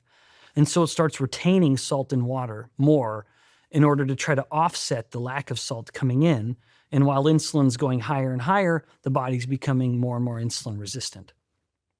So salt restriction can cause insulin resistance in humans. You talk about 4 pillars to eating in your book, Why We Get Sick. You outline these 4 essential pillars to develop a strategy for maintaining low insulin levels and combating insulin resistance. What are the 4 pillars? Yes, so when it comes to controlling insulin resistance, the key is to manage macronutrients. And the best way to manage macronutrients is going to be a strategy that helps lower insulin. Lowering insulin is the key to both slow insulin resistance and fast insulin resistance. So the more the strategy lowers insulin, the more effective it's going to be. And there are 4 pillars. So the first one, control carbohydrates. Second, prioritize protein. Third, don't fear fat. And then fourth, after the first 3 have been taken care of, 4, frequently fast. So with the first one, very briefly, by control carbohydrates, I mean that it is time to focus more on whole fruits and vegetables. Eat them, don't drink them. And then don't get your carbohydrates from bags and boxes with barcodes. That the more you're opening up a package and getting your chips or your crackers or your cereal or your bread, the more you're going to be spiking your glucose and your insulin. Keep that on the shelves at the grocery store. Focus on whole fruits and vegetables. That's going to be the key for, number 1, control carbs. Now, while you're eating fewer carbohydrates, you need to eat something. And so prioritize protein. I would say particularly animal source protein, which is the best source of all of the amino acids that humans need. And then with those proteins will come fat. Don't fear that fat. That's number 3. Fat is very satiating when combined with protein. When fat and protein come together, we digest it better. Sometimes people will find that if they just have a scoop of whey protein, it can be very upsetting on their stomach. It's because we're not supposed to eat protein alone. In nature, that never happens. In nature, protein always comes with fat. That's how we should eat it. We digest it better. And human studies have shown that when a human eats pure protein, there's some degree of muscle growth, albeit microscopically, minuscule. But when we eat protein with fat, we have significantly greater muscle growth than we do with the protein alone. So that is the 3 pillars that encompass the macronutrients, or the big parts of our diet. But once a person has done that, then they are well positioned to adopt a strategy, a structured strategy of fasting. And that can be, there are as many ways to fast as there are people who want to do it. There's no right way or wrong way. My goal by invoking that 4th principle, and I do think it should come last, once you've learned how to eat better food, your body has adapted to burning its own fat for fuel. But it can take intermittent fasting, where it's 1 meal of the day you're fasting through. It can do where people do alternate day fasting. There are countless different ways to do it. Even if I'm in ketosis? Then you don't need to do it as much because you're already lowering your insulin. So if a person's already in ketosis, in fact, if a person were in ketosis and frequently fasting, depending on how lean they are, it's going to become extremely difficult to retain muscle. Yeah. So those are the 4 pillars. It will be an extraordinarily effective way to address insulin resistance. But the problem, as I started that I mentioned, is that while these concepts are simple, that does not mean they're easy, because humans show addictive tendencies to only one macronutrient, not fats, not proteins. All of the evidence of the neurobiology of addiction in humans points to carbohydrates. And so as much as I lay out this simple plan, it can be difficult. And this is why this self-discipline required is difficult enough that it's why people find that they have to result in, relying on drugs for these kinds of things. Physical activity, exercise, useful for keeping my insulin levels in check? Yeah, I'm really glad you brought up exercise. I'm an enormous advocate of exercise. The best exercise to improve insulin sensitivity is the one you'll do. And so if someone listening to this is an 80-year-old grandma, if her form of exercise is walking around the street, down around the block with her girlfriends, but then if someone else has the ability to go cross-country skiing or CrossFit, do it. So the best exercise is the one you'll do. Now, having said that, the better exercise is the one that you'll do that keeps muscle. Muscle building work is going to be, minute for minute, a more effective way of improving insulin sensitivity than any kind of aerobic activity. And that's because muscle is the great consumer of glucose. And back to in fact, not only does muscle eat the most glucose from the blood, but it's also how it eats the glucose when it's exercising. So earlier, we talked about how insulin kind of comes and knocks on the door of the muscle cell. And then the muscle cell will open the door and allow the glucose to come in, thereby lowering blood glucose, unless the muscle is exercising. When a muscle is exercising, and I'm kind of mimicking the contraction and relaxation of a muscle, when the muscle is exercising, it has its own way of opening those doors. So there's an insulin-independent method where the muscle cell essentially tells insulin, I know normally I have to wait for you to come and open these doors, but I'm so hungry during this exercise that I'm not going to wait. And so the doors just open. So the contracting muscle has its own way to rush, to pull the glucose in, which means, of course, that a person's going to have an easier time controlling their blood glucose, which in turn would mean a better time controlling insulin. But the more muscle a person has, the easier it is. And this could be one of the reasons why, if you look at longevity and look at the markers of muscle strength versus the markers of cardiovascular aerobic fitness, the aerobic fitness markers are terrible predictors of longevity. It's muscle and strength that predicts longevity for multiple reasons, including just the very act of living and moving, but also because if you have more muscle, you're going to control your glucose better, which means you're going to control your insulin better. Then you're back to these variables that people use to predict, or what are the most accurate indicators of longevity? It's who has the best glucose control. More muscle helps that happen. There's a big debate around whether we should be calorie restricting and low fat diet, whether we should be calorie restricting and a moderate fat diet, or calorie restricting and a low carb diet. What's your take on that? Yeah, I am unabashedly in favor of carbohydrate restriction. I would say for two reasons.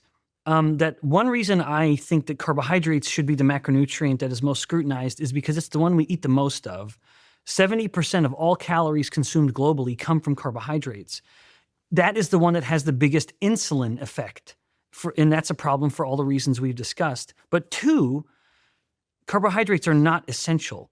This is controversial. People don't like to acknowledge it, but there is literally no biological need that humans have for carbohydrate. In the United States, a report decades ago from the Department of Agriculture looking at the needs of human nutrition, there's a quote there, and I'm not going to get it exactly right, but I'll get it pretty close. It stated in this document that the lower limit of carbohydrate consumption in humans is 0. In other words, there is no such thing as an essential carbohydrate. Now, I'm not saying, well, then let's not eat any of them. No.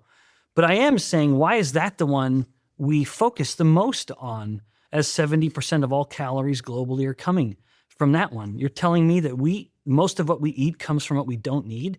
Why not put the focus on the things we do need? There are such things as essential fatty acids. Let's eat fat. There are such things as essential amino acids. So let's eat protein and make sure we get what we need. And then on any remainder of the plate, we can get some other things that we want to nibble on, like plants. Why don't we just sack all this off and just take a Ozempic then? Yeah, great question.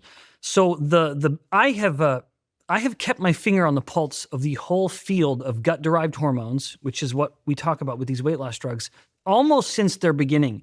My dissertation work was in a lab, one of the first funded labs to look at these drugs, although in the context of diabetes, and then it's blossomed into the context in the use of obesity.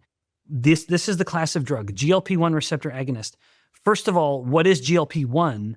GLP-1 is a hormone that we all make from our guts. Our small intestine will make GLP-1. We're making it all the time to varying degrees. Some things we eat will result in a higher GLP-1. Sometimes it'll be a lower GLP-1. Like, for example, a paper just published a few months ago found that if you have people eat the exact same meal of calories, but lower carb or higher carb, the lower carb version of the meal will increase GLP-1 3 times higher in the blood than the high carb version of the meal. Which means that they'll feel... Yeah, so then what's the point? Who cares about GLP-1? One of GLP-1's main effects is to tell the brain that we're full. Okay, so more GLP-1, more satiety. Yeah, more GLP-1, less hunger, which is very impactful. In fact, I would be remiss if I didn't mention a study that was published in Humans a while ago. They took obese humans and lean humans and had them eat fat and found that, like pure fat, and they found that the GLP-1 response was the same. Whether you were lean or obese, you had the same amount of GLP-1. That would suggest that whether you're lean or obese, both of your brains in both of these populations will have the fat and have the same sense of, I'm full. Because it was matched with GLP-1. However, when they had these same groups eat pure carbohydrate, the lean group had a robust GLP-1 response, big GLP-1. In other words, they would eat the carbohydrate and say, I'm full, because GLP-1 would tell them so. However, in the obese group, they ate that exact same amount of carbohydrate, and they had an almost negligible GLP-1 effect. They were still hungry. In other words, they would eat the same amount of carbohydrate as their lean counterpart and then just say, okay, what's next? I'm still hungry. And so it is prudent to focus on GLP-1. GLP-1 is a powerful hormone that does have an effect on human health. What I feel inclined to comment on is the negative side effects, because the only thing we hear about is social media influencers extolling the benefits. And hey, I'm on this weight loss drug and I've lost 50 pounds. Someone has to be the voice that says, yeah, but what about this? And there are some significant but what abouts when it comes to these weight loss drugs. One of them is the loss of muscle mass or lean mass. you've mentioned a couple papers from the New England Journal of Medicine, a paper a couple years ago from what was called the Step 5 trials looking at these drugs. They found that for every 6 pounds of fat a person was losing on these drugs, they were losing 4 pounds of fat-free mass or lean mass. So 40% of the weight they were losing on these drugs is coming from lean mass, like including muscle and bone. So there are now case reports of young, healthy women who were overweight, who go on the drug for some period of time, and after they get diagnosed with osteoporosis, where they have eroded their bone health. They're losing lean mass. So again, They've eroded their bone health. yeah, so 40% of the weight that people are losing on these drugs appears to, at these high doses, is coming from lean mass. So fat-free mass, including muscle and bone. The reason I find that so troubling is that in the UK, at 2 years on the drug, 69% of people get off the drug. They don't want to be on it anymore. And now imagine this individual. Imagine, if you will, a 60-year-old woman who's been on the drug. I take that age and that sex on purpose because it's so hard for her to grow new muscle and bone. Let's say she's been on this drug for a year and she's lost 20 kilos. Well, 40% of that will have come from her lean mass, and 60% of it came from her fat. And then when she gets off the drug, now all of a sudden, her lean mass, her muscle and bone, that's never coming back. The muscle and bone that she has lost is gone forever, probably at that age, because we can't, after the age of 60, good luck developing new muscle and bone. But what can come back rapidly is the fat mass. And so at 2 years, she decides to get off the drug, which again, about 70% of people do. They're going to gain that fat back, but they're not going to gain their muscle and bone back. That is a significant loss that may be, depending on their age, gone forever. I was scrolling on Twitter the other day and I saw a video going viral, which is now being reported in a bunch of news publications. It was yesterday that I saw this video going viral, and I'm going to play this video to you. It's from a singer called Avery, and she talks about her experience with Ozempic. I just left the doctor's office. I went to get a checkup because I've been off of Ozempic for 2 months now, and I just wanted to see if my body was in better condition, if there were any permanent damages. Kind of in shock right now because I wasn't expecting this, but I guess Ozempic can cause bone density loss, and I didn't think that that would happen to me because I was only on it for a year. But I have significant bone loss. I have osteoporosis and osteopenia, so that, I don't know, there's like several of them that I have. I wasn't expecting that, but that's what happens if you use Ozempic for weight loss and you lose too much weight. Yeah, I wonder, she's so lean, I wouldn't be surprised if she had it even worse than normal, because we see it has become, I don't mean to suggest this is the case for her, but you do see people using these weight loss drugs who are already very lean. I mean, I've got a picture of her here, and she does look incredibly lean already. But see, this is what people are doing. They're basically using it to facilitate an eating disorder in the people who are lean. This has become so common that there are complaints saying that, lean, healthy people are getting the prescription and people who are obese and diabetic aren't because of shortages. The leaner, I've seen this. I know someone personally who was already a perfectly lean, healthy woman, and then she now looks sickly. And what caused it? Well, she wasn't lean enough. And when you take enough of that drug that you just have no more hunger because of how it's acting at your brain, you do just stop eating. And the malnutrition, at least in part, is going to cause a loss of lean mass. But that also it is even further exacerbated by the mental health problems, where there was a paper recently published with the use of these drugs, finding that people, when they begin the drug, their risk of suicidal thoughts doubles. It goes up by over 100%. And their risk of major depression triples. And so as much as we talk about these drugs and we say the drug helps you control your cravings, what it's doing is perhaps reducing your craving for everything. that while you are eating less food, which is resulting in the weight loss, you also are not interested as much in exercise as you used to be, which is going to make it even easier for you to lose your muscle and bone. You're also less interested in hobbies like going to play pickleball with your friends or going out and drinking with the boys. So there is this kind of what's reflected across all of their interests is that their cravings for everything starts to decline. On the case of that girl mentioned there, Avery, I've just seen she's uploaded a post that says, "Thanks, my record label told me I was fat. They dropped me. I got addicted to Ozempic. Oh my gosh.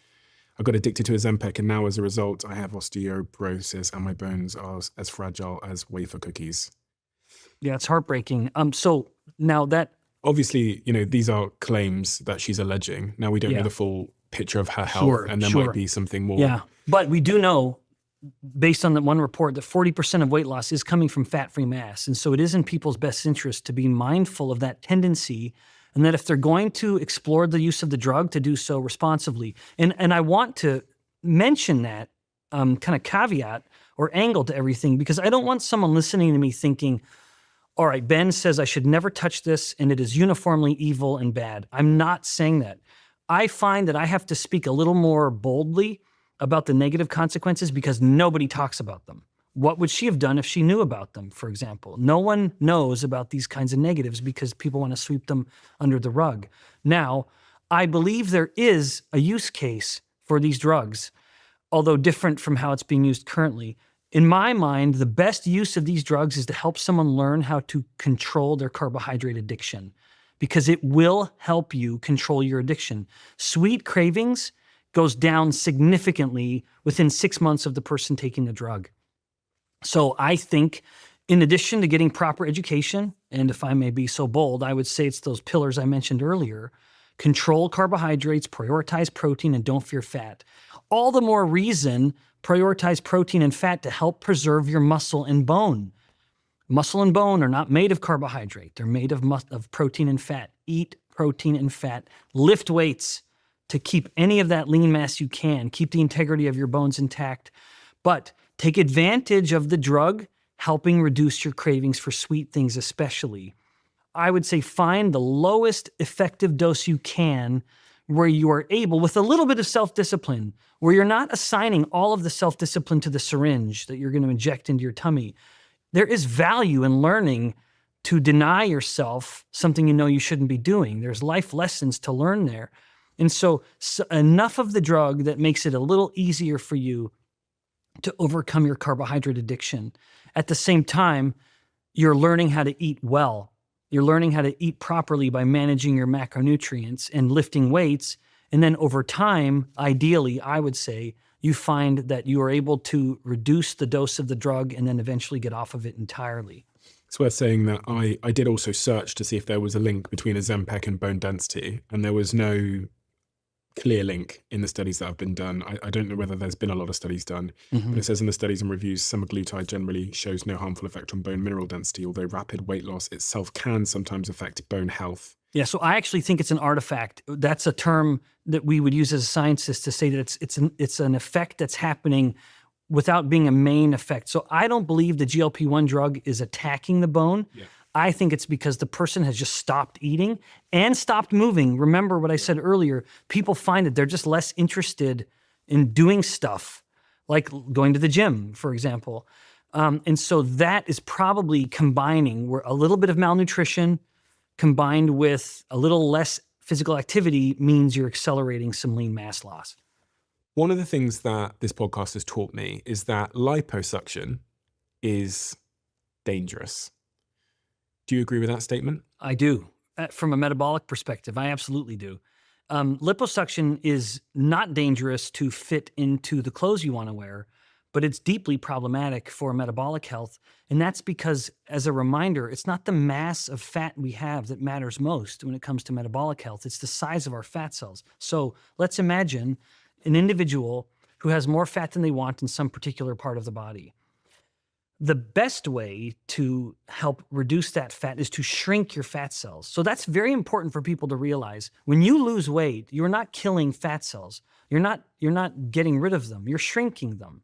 And small fat cells are very healthy fat cells. They are literally anti-inflammatory. They're releasing hormones that fight inflammation in the body, and they're very insulin sensitive, which helps the body, by extension, be very insulin sensitive. So very healthy. Small fat cells are healthy fat cells.